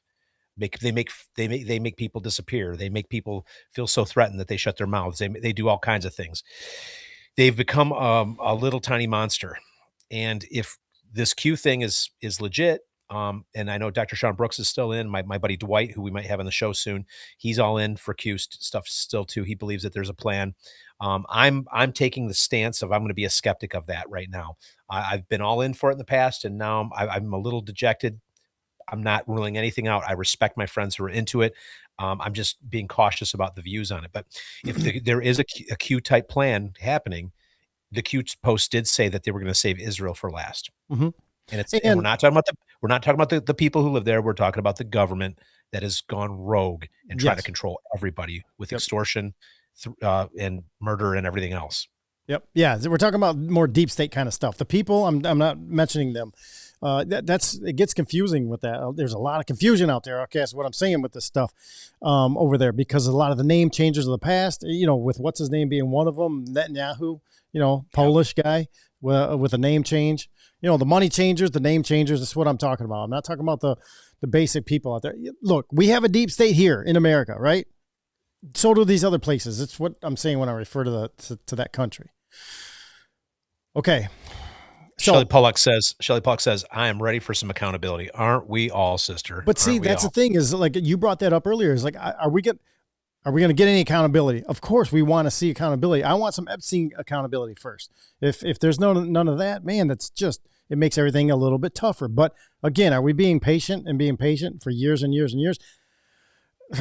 So far we are, right? So far we are. Nobody's hanging. Nobody's tarred and feathered. Nobody's being, perp walked. Now talk about Maduro and his perp walk yesterday. Did that, I told you what I thought about it. His perp walk to me didn't really seem like a perp walk. Yeah. It seemed, he had a fly new Nike outfit on. Did you see that? And okay, so anyway, I got to get one of those things here next. But anyway, he looked like a pilot. He looked like an awesome pilot, like, the way they framed all that up. But anyway, he did not, what I'm saying is he did not look like a thrown around, disheveled criminal while he was walking. He looked like somebody who was cordial. He said, "Happy New Year." He said, "How's everybody doing today?" He said that to the people that were walking with him while he was in cuffs. He did not look like a disheveled, beat up kind of criminal. That tells me a little something. That just makes my gut think, hang on a second. It's a good point. Him and his wife just chilling on their way to a trip to New York. That got me thinking. I was like, man, all the other criminals and so-called criminals and, when they got Saddam Hussein. Okay, I know that what happened that night they got Saddam Hussein. My cousin was in that battalion when they got him that night. When they found him down, he told me the whole story. He was there. People wrestled him. A lot of people were wrestling with him on the ground and stuff, like high school, and messing with his hair and giving him noogies and all that stuff. And I saw pictures from him, and he did not look anything like Maduro. Maduro came in nice and clean, no cuts, no nothing. Completely opposite than Hussein when he was, brought in. I don't know. My gut is telling me something more is going on than what we're being led down the path here. No, I think that's a great point too. I mean, I'm totally open to the idea that he's in on this. I mean, who knows? I mean, China was there the day before. Or the same day, the day before. Yeah, the same day or whatever. Yeah. So were they shaking him down? And he says, "Let's do this now. Let's get me out of here," because they're trying to take control of Venezuela for their own gain. I don't know. I mean, I'm just saying it does seem like you said, it almost looks like an extraction more than it does look like anything else, Yeah. Oh yeah. Right here. Yeah. Dave Maduro, he wore 4 different outfits between the helicopter and plane ride to get in there. Yes. That's what I'm seeing. He did wardrobe changes, Outcast, and he was looking fly in most of them. Jesse, I mean, everything that we are experiencing is like the Truman Show lately. Does any of this surprise us? It does. It's unbelievable. I bet he does not have more flannels than I do, though. I'm the king of flannels. That's what I'm saying. Go look in my closet. Do you have that AI clip of Maduro's extraction? Yes, I do. Well, should we be clowning right now, or go with since we're clowning already? Let's do both. Yeah, we can clown. Hold on, let me find this thing here. All right, so you got to sort of lay this out a bit. The funny thing about this video, what we can't have on the show is the music, which it's that classic music from The Hangover, or at the end when they're showing you all the snapshots of their drunken night. Somebody had put that music to this little video clip, hysterical, but at the same time, it seems plausible. You're looking at it, you're like, I know this is AI and it's comedy, but something about this tells me that it's potentially not that far off at the same time. I entitled this thing Maduro partying with the CIA. Okay. And I'm trying to, okay. So what I'm going to have to do is, let me come back to this. What I'll have to do, check this out, is I'm going to start it real quick and stop it. Now the song is, you guys are going to know the song. So I got to stop it before, I get hit by, YouTube. But I'll stop it so I can mute it. But this is entitled Maduro Partying with the CIA.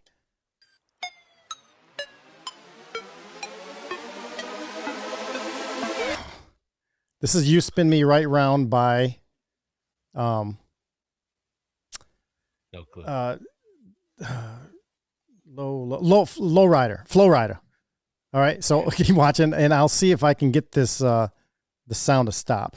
Yeah, there we go. Narrated Outcast. He's having fun. He's drinking beer with the Delta Force. They're drinking shots. Now there's with the Tiger and Trump. There's Trump's hanging out in the pool. There he is with DEA. Look, they're doing lines of coke. Keep going. Now they're playing doing lines video games. of coke with the DEA, and they're playing video games together. Girls in the back. Oh, he's on the money, making it rain. Look at that. Maduro's having a great time. Yeah, he's on a helicopter flying, and they're taking selfies together. Oh, now everybody's tired and he's sleepy with the DEA. So, yeah, this is Flow Rida music. I can't play it because they'll do all their stuff. But that's it right there, you guys. I mean, obviously that's not real and it's crazy. But what if we're being played? We know that there's deep state stuck in place there that was AI. TBA says, is this AI? Could it be real life for all we know? Well, who knows yes. Now I'm going to get serious again on you for a second. And I just got to throw something else in the hopper while I'm thinking of it. But because we talked about it on the text thread with Music Lover and Jack Pine. And I vented because on Christmas Day, I don't think we had a chance to talk about this, but Trump supposedly bombed these Boko Haram and other terrorist groups and ISIS in Nigeria. And they were these Nigerian terrorist groups were targeting Christians. Up to, I think, 200,000 Christians have been killed over the past year or so. Yep. Once again, I got to say this. I have the same feeling about when we bombed Iran. Remember that was a little blip on the radar that we've already memory hold. And then Christmas Day that happened is if these things happen, I never saw any footage, no ground footage from anybody that filmed it on their phone. I saw no footage. I've seen nothing to prove that these events even happened. Right. Yep. I believe that we are in such high strange times. We could be watching 100% full blown theater at all times. Now, I do think the footage out of Venezuela is legit. So there's proof of that. But then the question is, why choose Christmas Day to bomb ISIS? And are they trying to instigate, religious wars? Are they trying to, by picking a side? I don't get me wrong. I wanted those people in Nigeria I wanted some vindication for their abuse that they've been enduring. But Christmas Day seems a little bit provocative to me. But I have never seen any evidence that even happened. And now they're saying that there's other resources there that the Trump administration wants in Ethiopia. So the attack might have had less to do with Boko Haram and ISIS as much as it did for other resources that they're really after, using Boko Haram as the excuse to go in and conduct an operation, just like the Venezuela narrative, which is it's about drugs. It's like, shut up, Fox and friends. I don't need to hear about the drugs part of it. We know that there's drugs there, but they're not the main culprit. I'm sure there's plenty, but it's not as much as Colombia or anybody else. I don't know. I'm babbling, Jesse. Am I making any sense? Well, yeah, but also Trump did say, we heard him say, telling Nigerians to stop killing the Christians too. Remember that? For a while. He did. Yeah, yes, for a while he did. Warnings. And TBA wants to know, what did George Washington say crossing the river, crossing the Delaware? What did old George do to the Hessians on Christmas Day? Remember? When he snuck up across over there. Yeah, they killed him because they got word because of his spies. Yep. But George Washington was a Mason as well. So, well, right. Well, we think he was. Remember? I think he was replaced by. I think they took the real George Washington out and replaced him with a. Or was there a different kind of masonry? I don't know, but there's so many questions. Is what I'm saying, you guys. More questions than answers. There could be white and black hat Masons for sure. And I'm not sure because wasn't there a change of that whole Mason stuff? I mean, Mason comes from block building, right? Building, being good with bricks and all that stuff. Isn't there a different, and then 1776, you have that whole thing that changed everything when you had the Masonic, when they made their way over here and all that. I forgot the guys' names, with all that stuff that started, that happened. I could be wrong, but my take on it is that the Masons, regular Masons don't know this until you get to the 33rd degree and you get into the real secret society stuff. That's what I'm talking about. Secret society. Yep. There's a certain one. The whole thing is a secret society, but when you get to the highest levels, that's when you find out that you are essentially practicing Jewish Kabbalah. It's a different. It's a mysticism, and they believe that their knowledge comes from the Tower of Babel. It's ancient knowledge that they're sharing. It is not the God of Israel Yahweh knowledge. It is a counterfeit Babylonian Nimrod Gilgamesh knowledge. If you follow me. Yep. So I don't know. Well, that's a whole that's a whole other there episode. was a certain sect that came here, and I forgot the name of it. In 1776, they were formed. I want to say it was in Europe when they formed, and they set upon to put out. Oh gosh, darn it! We've talked about it before, and I forgot the name, but that doesn't matter anyway. Right now, all right. Look, let's see here, Outcast. We have some more video. The video that I think I want to go to next is before. Look at that. It's almost 9:00. Let's see here. We have JT. We can either JT follows JC on his thought on the Maduro capture. We can also talk about those senators taking money from Maduro and see what that's all about. Which one do you want to do first? It's up to you. Let's do the senators one, then we'll finish it off with JT. And go from there, all right? So let's go over here right now and check this out. I think I took we'll find out. I might have to unmute it. We wouldn't still be waiting, would we? Venezuela, Ukraine. If change was coming from the top, we wouldn't still be waiting, would we? Venezuela, Ukraine, corruption, fraud, power, money. And now we hear 60 out of 100 senators took millions from the Maduro regime to undermine the Trump administration. 14 Republicans and 46 Democrats. And Senator Jeffries, well, he was apparently caught warning Maduro of the invasion, but the message came too late and was intercepted by our intel agencies.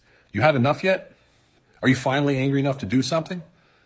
All the talking heads and influencers are yelling, we want arrests, we want accountability, we want someone finally to do something. Where's the solution? Pam Bondi is a failure. The Congress and the Senate also declared they're going to prosecute the guilty, and yet nothing's changing. Only new headlines, new outrage, new narratives, new problems. None of this, and I mean none of it, will ever change from the top, and I promise you that. Nothing's going to help because the system protects itself. Real change does not start in Washington, no matter how much they want you to believe it does. And it doesn't start with indictments, files, or commissions either. Real change can only start in one place, at the bottom. School boards, city councils, local budgets, local governments, community institutions. The places where decisions actually touch your life every day. These roles were meant to be filled by citizens with moral standards of honesty, integrity, transparency, accountability, and moral courage. But for decades, good people were pushed out of these roles. And the system, well, it got captured. And that's why TAB exists. Take America Back. It's not a political party. It's not a protest. And it's not commentary. It's a solution-oriented, citizen-servant leadership project. We're building the infrastructure to train, support, and protect citizens who are willing to step into local leadership and actually do the job.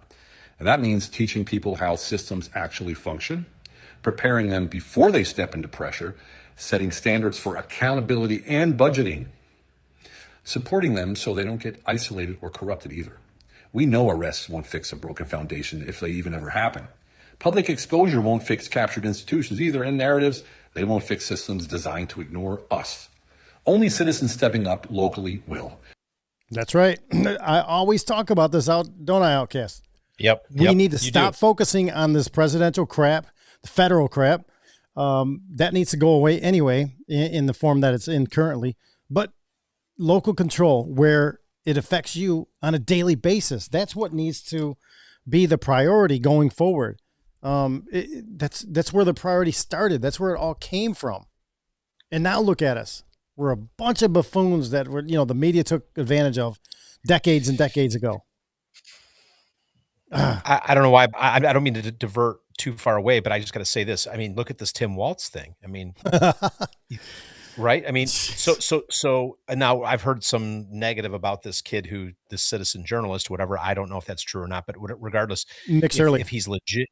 Yeah, Nick Shirley, if he's legit, like I think he might be, what he did was he just took it upon himself to shed light on something. His life is, I don't know if it's in peril. It's at least highly inconvenienced by doxers and whatnot. But he was willing to risk it all to save his community. Now Tim Walz is stepping down from the governor race, which is great to hear. I think personally, on the local level, what Nick Shirley did, it's not exactly the same as being civically involved like you're talking about, but he is being involved in his community by exposing this stuff. People were unaware this was going on. I think that these Somali daycares were actually allowed to happen by Tim Walz at the behest of George Soros and other people to he told them how to do this, to set this up, bring in immigrants, let them start daycares, give them millions of dollars, and funnel that money, a portion of that money, back to your campaign, because liberal ideas are not as popular as we were led to believe. Okay, They have to be forced. Yeah, they have to be forced. So they're if they can't get, they can get the media to report like they're popular, but they can't get the money to flow in like they want it to all the time. So this is a money laundering scheme now that's been busted up. I tell you what, I got one in my neighborhood, and I never see. I think I've maybe seen one kid. They have this elaborate playground. I've never seen one kid the whole time it's been there. They took an old church and converted it into a child center. I think it's another one. I think they're all over the place, and I think they're money laundering for Democrats. I think so too. Yeah.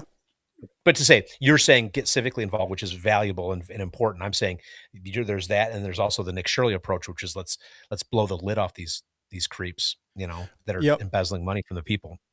I'm going to sprinkle some more of stuff on that. Now I've been watching, I don't know about you, but Nick Shirley for quite a while, because he flies around all over the place.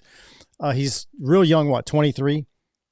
I've got kids that age and older. Kind of like a Jaymz O'Keefe character, if you think about when Jaymz was young. But I don't know where they're getting the money, where he's getting the money from. Now I'm hearing some things from or about him.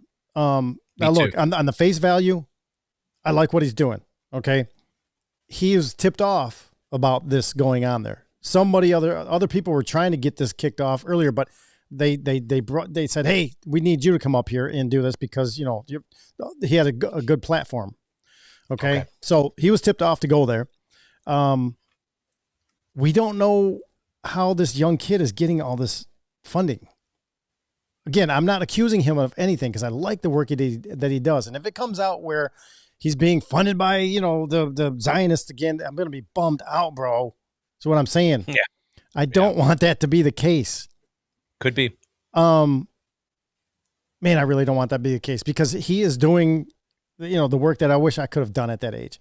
But where was I going to get the money to do all that? He flies around like crazy nonstop. In one day he's in this city. Next day he's in the city all the way across the country. Sometimes in Europe. I mean, he goes everywhere. That costs a lot of money. I don't know who's coordinating all that, who's paying for all that. So and once again, it's like we're watching a big show every day. Yeah. So it's the Truman Show. So we got to keep that in the back of our heads. Just keep an eye on what he's got going and see if there's something deeper behind there. I hope there's not. Golly, I hope there's not. Okay. So let me see, the Nick Shirley thing and the Tim Walz thing. So I think this is a bigger, now I listened to Dr. Sean's episode today. By the way, he's going to be a guest next week on our show. And he brought up a good point because he is, the American education fella, Dr. Sean. And he said, you know what, talking about these daycares, that's just the tip of the iceberg. What's going on in Minnesota, that's going on everywhere. Just like you said, Outcast. But what's even bigger than that, the bigger crime, the bigger embezzlement, well, I don't know if it's embezzlement, but the bigger fraud is our Department of Education. We're funding, they're funding so much money from us to our schools. That's the bigger problem, just to our regular public schools. That's probably even more of a problem. Okay. More people are involved. More people are paying taxes into that stuff. So I don't know. I wish they would put in this much effort to bust up this Department of Education scam too.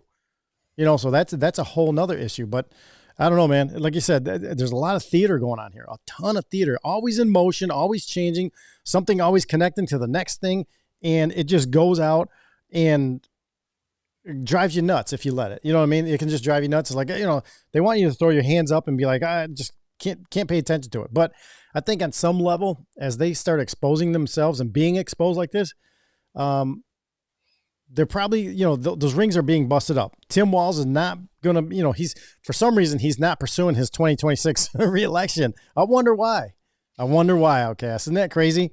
So I just think there's a lot of wheels in motion everywhere. But the most important wheel in motion that needs to be stopped by putting a stick in that spoke is in where you live, in your township, in your neighborhood, your school board, all that stuff. There could be a million Nick Shirleys out there, and one of them could be you in your own town. You don't need to be flying all around doing this stuff. Heck, you can go to the school board. Tomorrow's Tuesday. There's probably one in your town. Okay, go to these meetings. Go to the township meetings and see what the city council's talking about. See what their future planning is. How do we get from Maduro to this stuff? Outcast, it's crazy.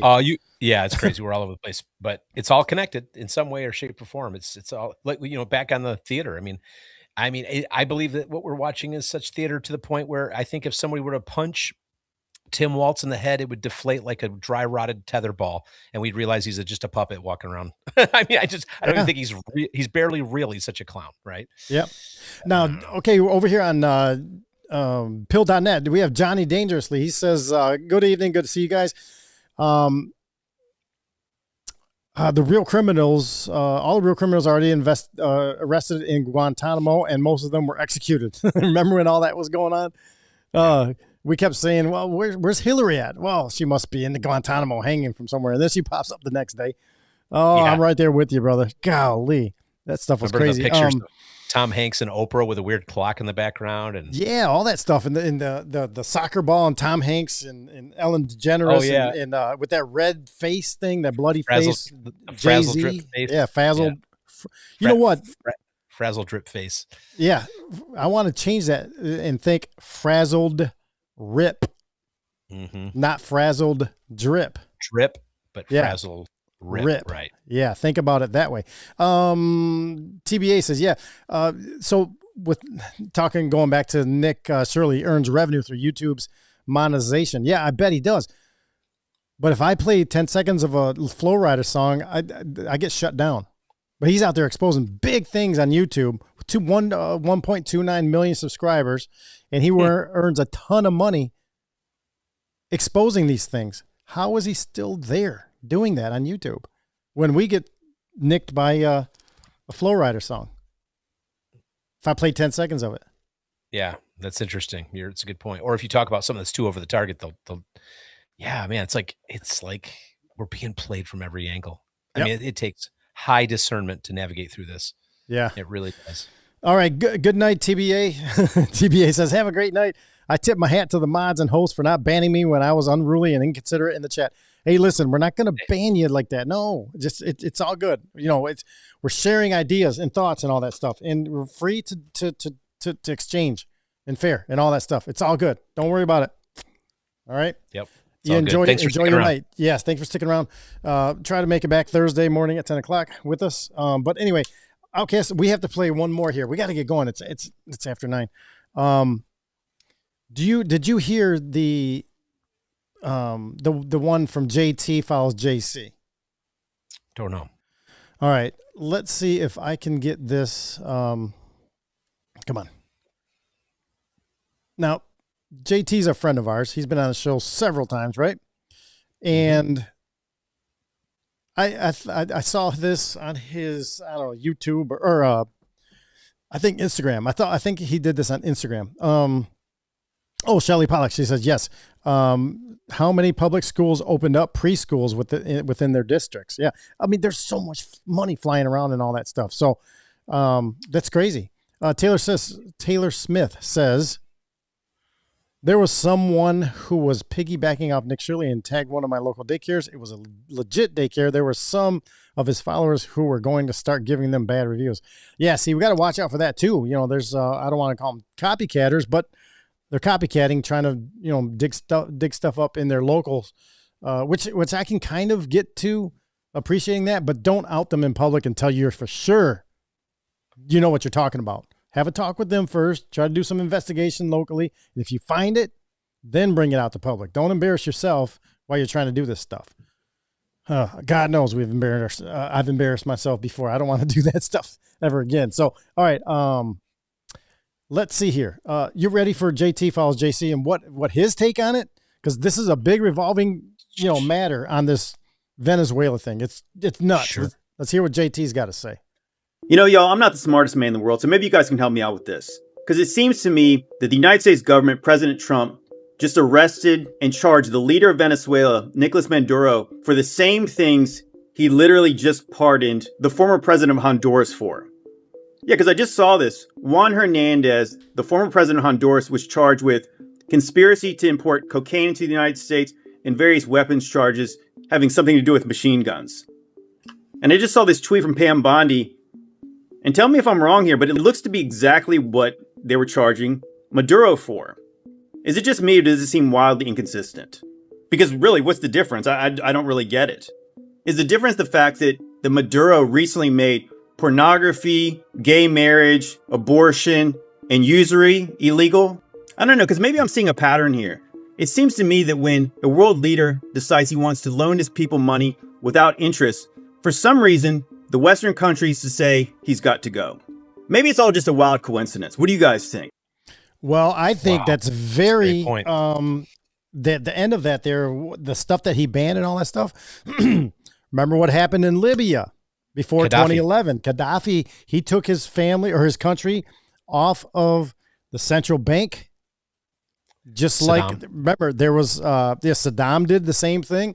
A lot of people, countries, remember, just coming out of 2001, or was it 2003? I've got the clip that we played before from the Colonel, where he talks about we have to take down 7 countries in 5 years, in the next 5 years. Remember? And we went through Syria, Libya, Iran, and there was a couple other ones. They got them all except for Syria so far and Iran so far. Right? But in Libya, he was doing the same thing Maduro did. Jeez. Making his people free, getting them off that Lucifer paper.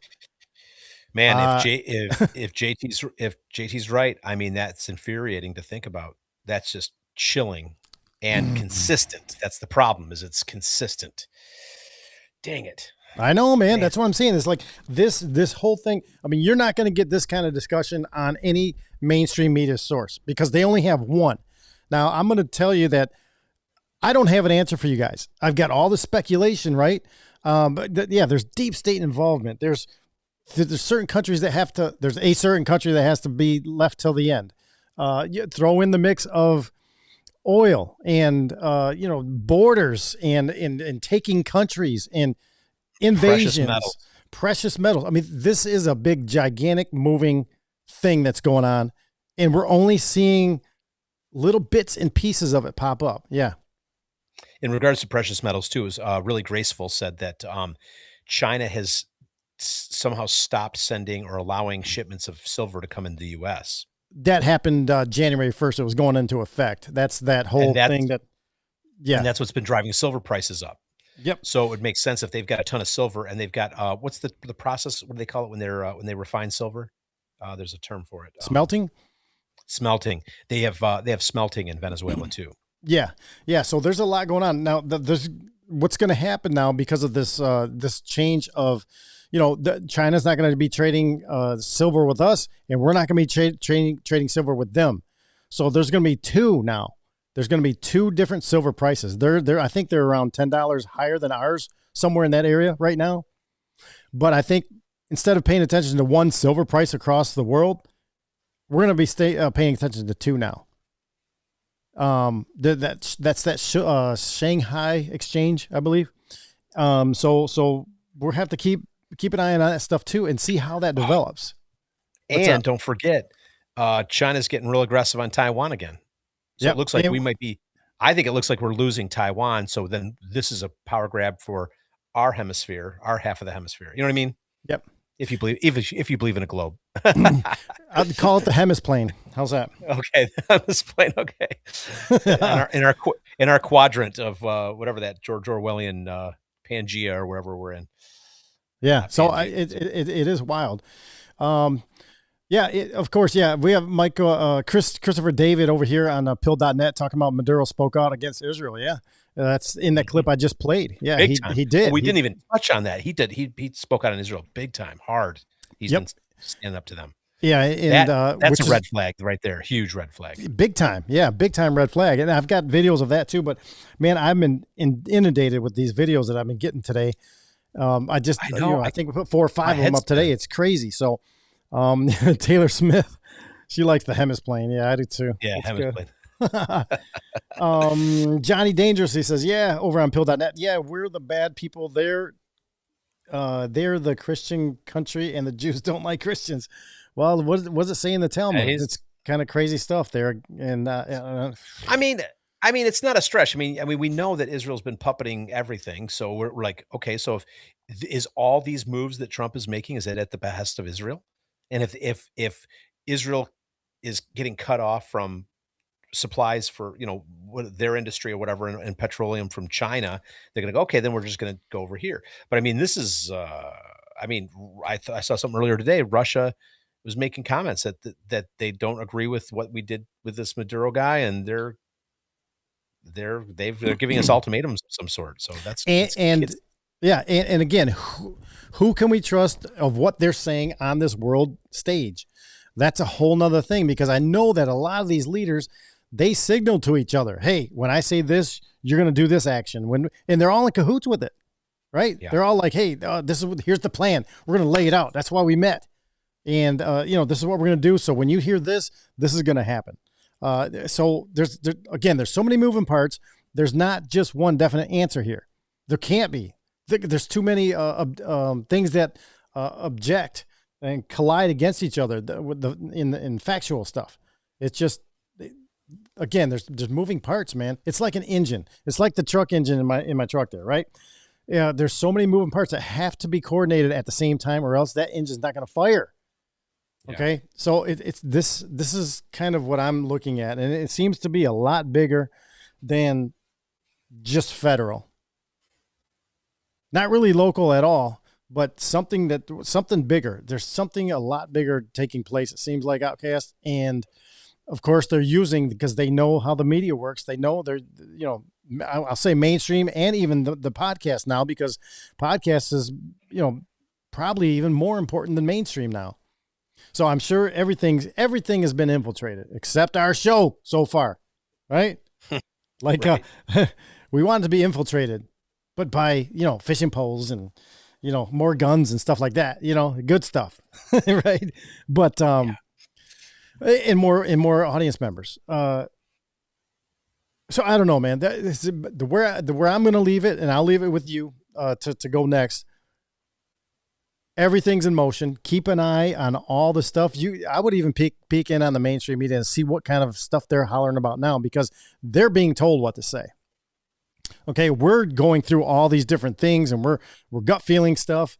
Even if those reporters had gut feelings on the mainstream media, they can't say it because they have a script to read. So their gut feelings are left for their family and friends on the weekends or whatever. So I am definitely thinking that this is going to go for a long way. And a lot of countries that think, or that we are portrayed via the media, that are enemies, probably not enemies behind the scenes. All right. I'm thinking there's more people in these countries that are friendly, inward to each other, but as a public face, they have to play as enemies. You got deep state mixed all over the place in every country. All kinds of deep state, so there's a battle going on. Outcast is what I'm saying. Yeah. And on that note, I was just thinking about this earlier too. I was watching, I don't know if it was Really Graceful or somebody had a thing, and they're talking about all the different coups that the United States has backed to install the political leaders that they want. Right. Mm-hmm. Which this definitely has all those earmarks of that same thing. And it's funny because as conservatives, we're always, you and I mean, on the show many times, self-effacingly, we have squawked about George Soros's color revolutions. Yeah. Well, what's the difference? Right? It's the same thing. You got people, outsiders, coming in to influence what a country's going to do, right? Mm-hmm. To gain control of what? Their resources or their whatever, whatever the power move is. But my greater point is, our three, we haven't done it. But our government does it.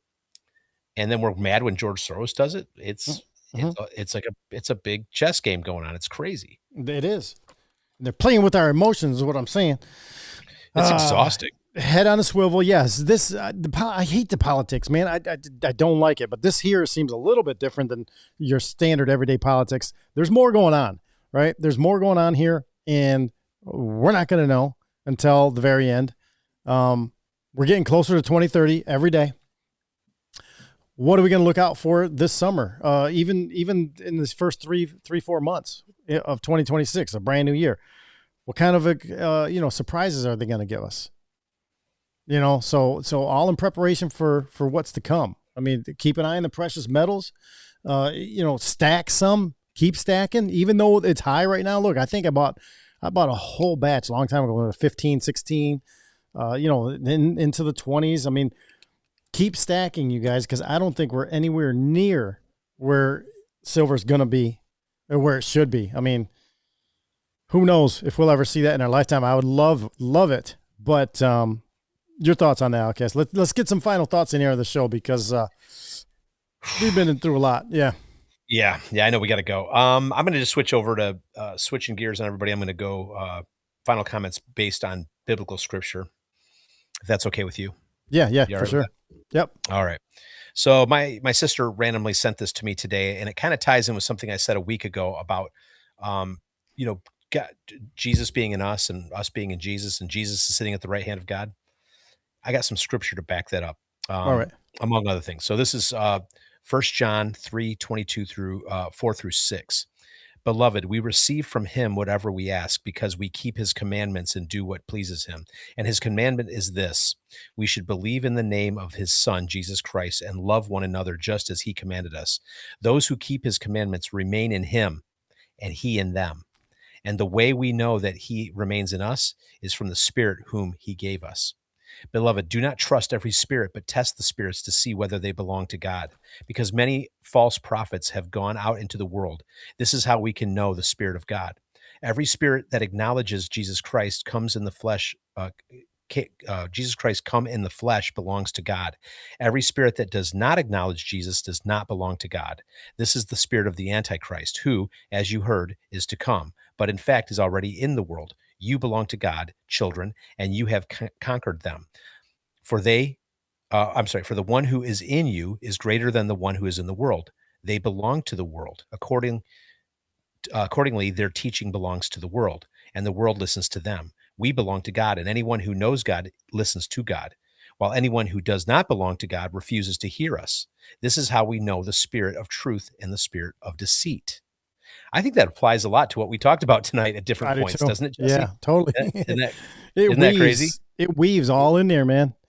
It really does. And also he's talking about him being in us, us being in him. And then to back up my other point about that, I just got to say this too real quick. Here's some scripture to back up about Jesus sitting at the right hand of God. Hebrews 1:3. After making purification for sins, he, as in Jesus, sat down at the right hand of the Majesty on high. Ephesians 1:20, which he worked in Christ when he raised him from the dead and seated him at the right hand in the heavenly places. Mark 14:6-2. And Jesus said, I am in you, and you will see the Son of Man seated at the right hand of the power and coming with the clouds of heaven. Lastly, this one I like too. Stephen was being stoned to death, and he didn't yell out or cry. He looked up and he was just looking into the heavens, and that freaked everybody out. By the way, Saul, who became Paul, gave the go-ahead to stone Stephen. He was present when Stephen was being killed. And in Acts 7:55, Stephen, full of the Spirit, gazed into heaven and saw the glory of God and Jesus standing at the right hand of God. So those are just some, there's more scriptures than that, but that's just some of that mentions. So if he is in us and we're in him because we accept the Son, and he's sitting at the right hand of God, where does that put us? Now, we have to have the right heart posture, and we have to have humility, and you have to have a healthy fear of God. That's, we don't like to say, oh, I don't want to fear God, but yes, you should have a healthy fear of God, like you would fear your a father, even if he's a good father. If you do the wrong thing and you're going to get punished, right? You have a healthy fear of your dad. Well, even though we have been invited to a seat at the right hand of God through the indwelling of Jesus Christ, he in us and us in him, we have an audience, and we can petition and prepare in prayer for each other. Yeah. A lot of people are dealing with difficult things right now. I keep hearing stories of people with cancer and all kinds of problems people are having out there, and car losses, and friends and family who are addicted and having, relapses. And we've got all kinds of stories of people struggling right now. Just remember, go boldly to the throne. And as long as your heart posture is in the right place and you're praying for the right thing, God's going to hear you. So, anyways, just some thoughts for you for the end of the night. I like it.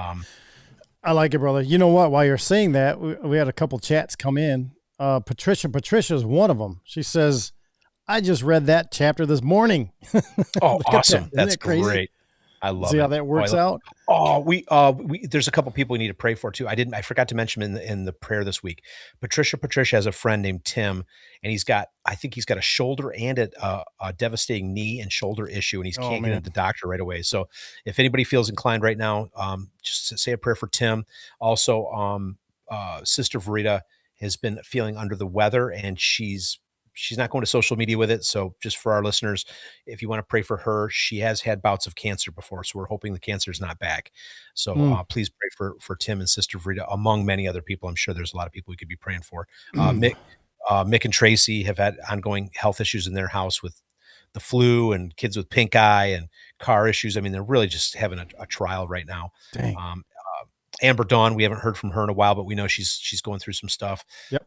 So prayers out. Prayers out for the whole Dangerous Info family. Everybody's got something going on, and just that's right. Pray for each other. We have Music Lover. She says, thank you for reading that. That in context, Outcast. The part that you were reading. Yeah, I think the Ephesians part. Jaymz Jesus, he's saying over here on YouTube, please join me at the Kansas Capitol second floor rotunda in January for the Abolish Abortion rally. I didn't know anything about that, but that's going on out there and later. So you guys might want to check into that if you're in that area. He says there's a homosexuality is gross rally in Michigan State Capitol. Huh. So I don't know anything about this stuff. So he must pay attention to that stuff. But anyway. That's got to be in Lansing. If he's talking about Michigan Capitol, that's Lansing, right? Yep. So if you guys want to look at him for some more details, whatever, do that if you're in that part of town. So, all right, brother, listen, I'm just thinking if there's anything else that we forgot. We covered a lot, brother. I know we did. I think that's it. I think that's everything. But Thursday, I'm going to be here Thursday, 10 a.m. You guys for the morning show. Have your coffee ready. You know, it'll be daylight, and we'll see where it goes. Right now I don't have any agenda on it. I have a list of agenda topic ideas, but I'll narrow that in. And Outcast, we'll talk. If you can join me from wherever you're at, feel free. I welcome you. But I like those shows. We're gonna get again focus. We have focus and we have purpose in new light for 2026, and we're gonna be working that out, honing that out with you guys, with the guests that we're gonna have this year. And I'm just, I'm having fun. That's what I'm saying, Outcast. It's fun learning with all you guys out there. Even if it gets a little heated, whatever, that's fine. That's fine. We're not throwing stuff across the table is what I'm saying. We're just having a good time. Right. So, Music Lover says, you guys, this has been a great show. Thank you guys. Hey, thank you guys for everything and being out there and enjoying all this stuff. So, our supporters, Outcast, where are they at? We have some supporters, and you know what? I'm thinking about changing this up too this year, but our supporters, you guys right here, I want to give you a shout out. Is it going to play? Yes, it is right there. Monthly supporters on Subscribestar, Buzzsprout, PayPal, Patreon, and the new Buy Me a Coffee. So, big thank you to Manny Espejo, Jill Bark, Ryan Mansfield, Carmen Rosario, Shelly Pollock, Michelle Yerkes, Ms. Melody, Heidi Human, Robert and Terry, Cheryl E., Bonnie Moriarty, Biffermax, Steph Me, Fire Dog, Deb Santos, Dave Baxter, Capo, and Isabel from Missouri. All right. Thank you guys so much for doing what you're doing. We really appreciate your support from a monthly basis. You couldn't do it without you. So a lot of fun. And we're just doing everything. Yeah. Somebody wants to flip tables. Please flip tables. I like it. Yes. Everybody wants to flip tables. All right. That's where we go one. Yes. Thank you, Outcast and the mod. See you guys next time in Outcast. Yeah, I want to flip some tables too. I'm not flipping this table, but wouldn't that be fun to flip tables and whip some people that are messing with you? Oh, I would love that, Outcast, is what I'm saying. So listen, you guys, I just want to say thank you guys to our supporters again, just like I did. Excellent. Thank you so much. If you guys like what you heard and you want to support the show, please consider becoming a sponsor if your situation fits. All right. You can choose from any of those options down below. in the support area where I put them in the description. All right, so check that out. Please leave us a 5-star rating and review if the situation fits. If not, just tell your friends about us. It's 2026, and we're looking out for more people just like you guys. So I'm going to release a scratch right here on pill.net. There it goes. Have fun with that. Scratch your back is what I'm saying. Listen, Spotify, iTunes, Castbox, any of those other little podcast apps, leave us a review if you can, because I want to read them on the air, all right? Thanks to you, Outcast, all right? Thanks to the Dangerous Info chat rooms, our monthly supporters, and all you guys sharing the show out there with the people. Thank you to Music Lover and Jack Pine Savage, Ms. Melody, Trusty Turnip over there on pill.net too. Listen, join us live here every Monday night, 9 p.m. And this Thursday coming up. Just watch the socials. I'll put some stuff in there. And that way you'll know what we're going to do. So, listen, don't be threatened by the mainstream media, all right? They have fear campaigns. Rescue those in darkness around you. Do not comply with unjust laws, mandates, regulations. Trust your gut. Always trust your gut, because that's God talking to you, all right? Listen, we love you guys. God bless, and stay dangerous, brothers and sisters. Stay dangerous.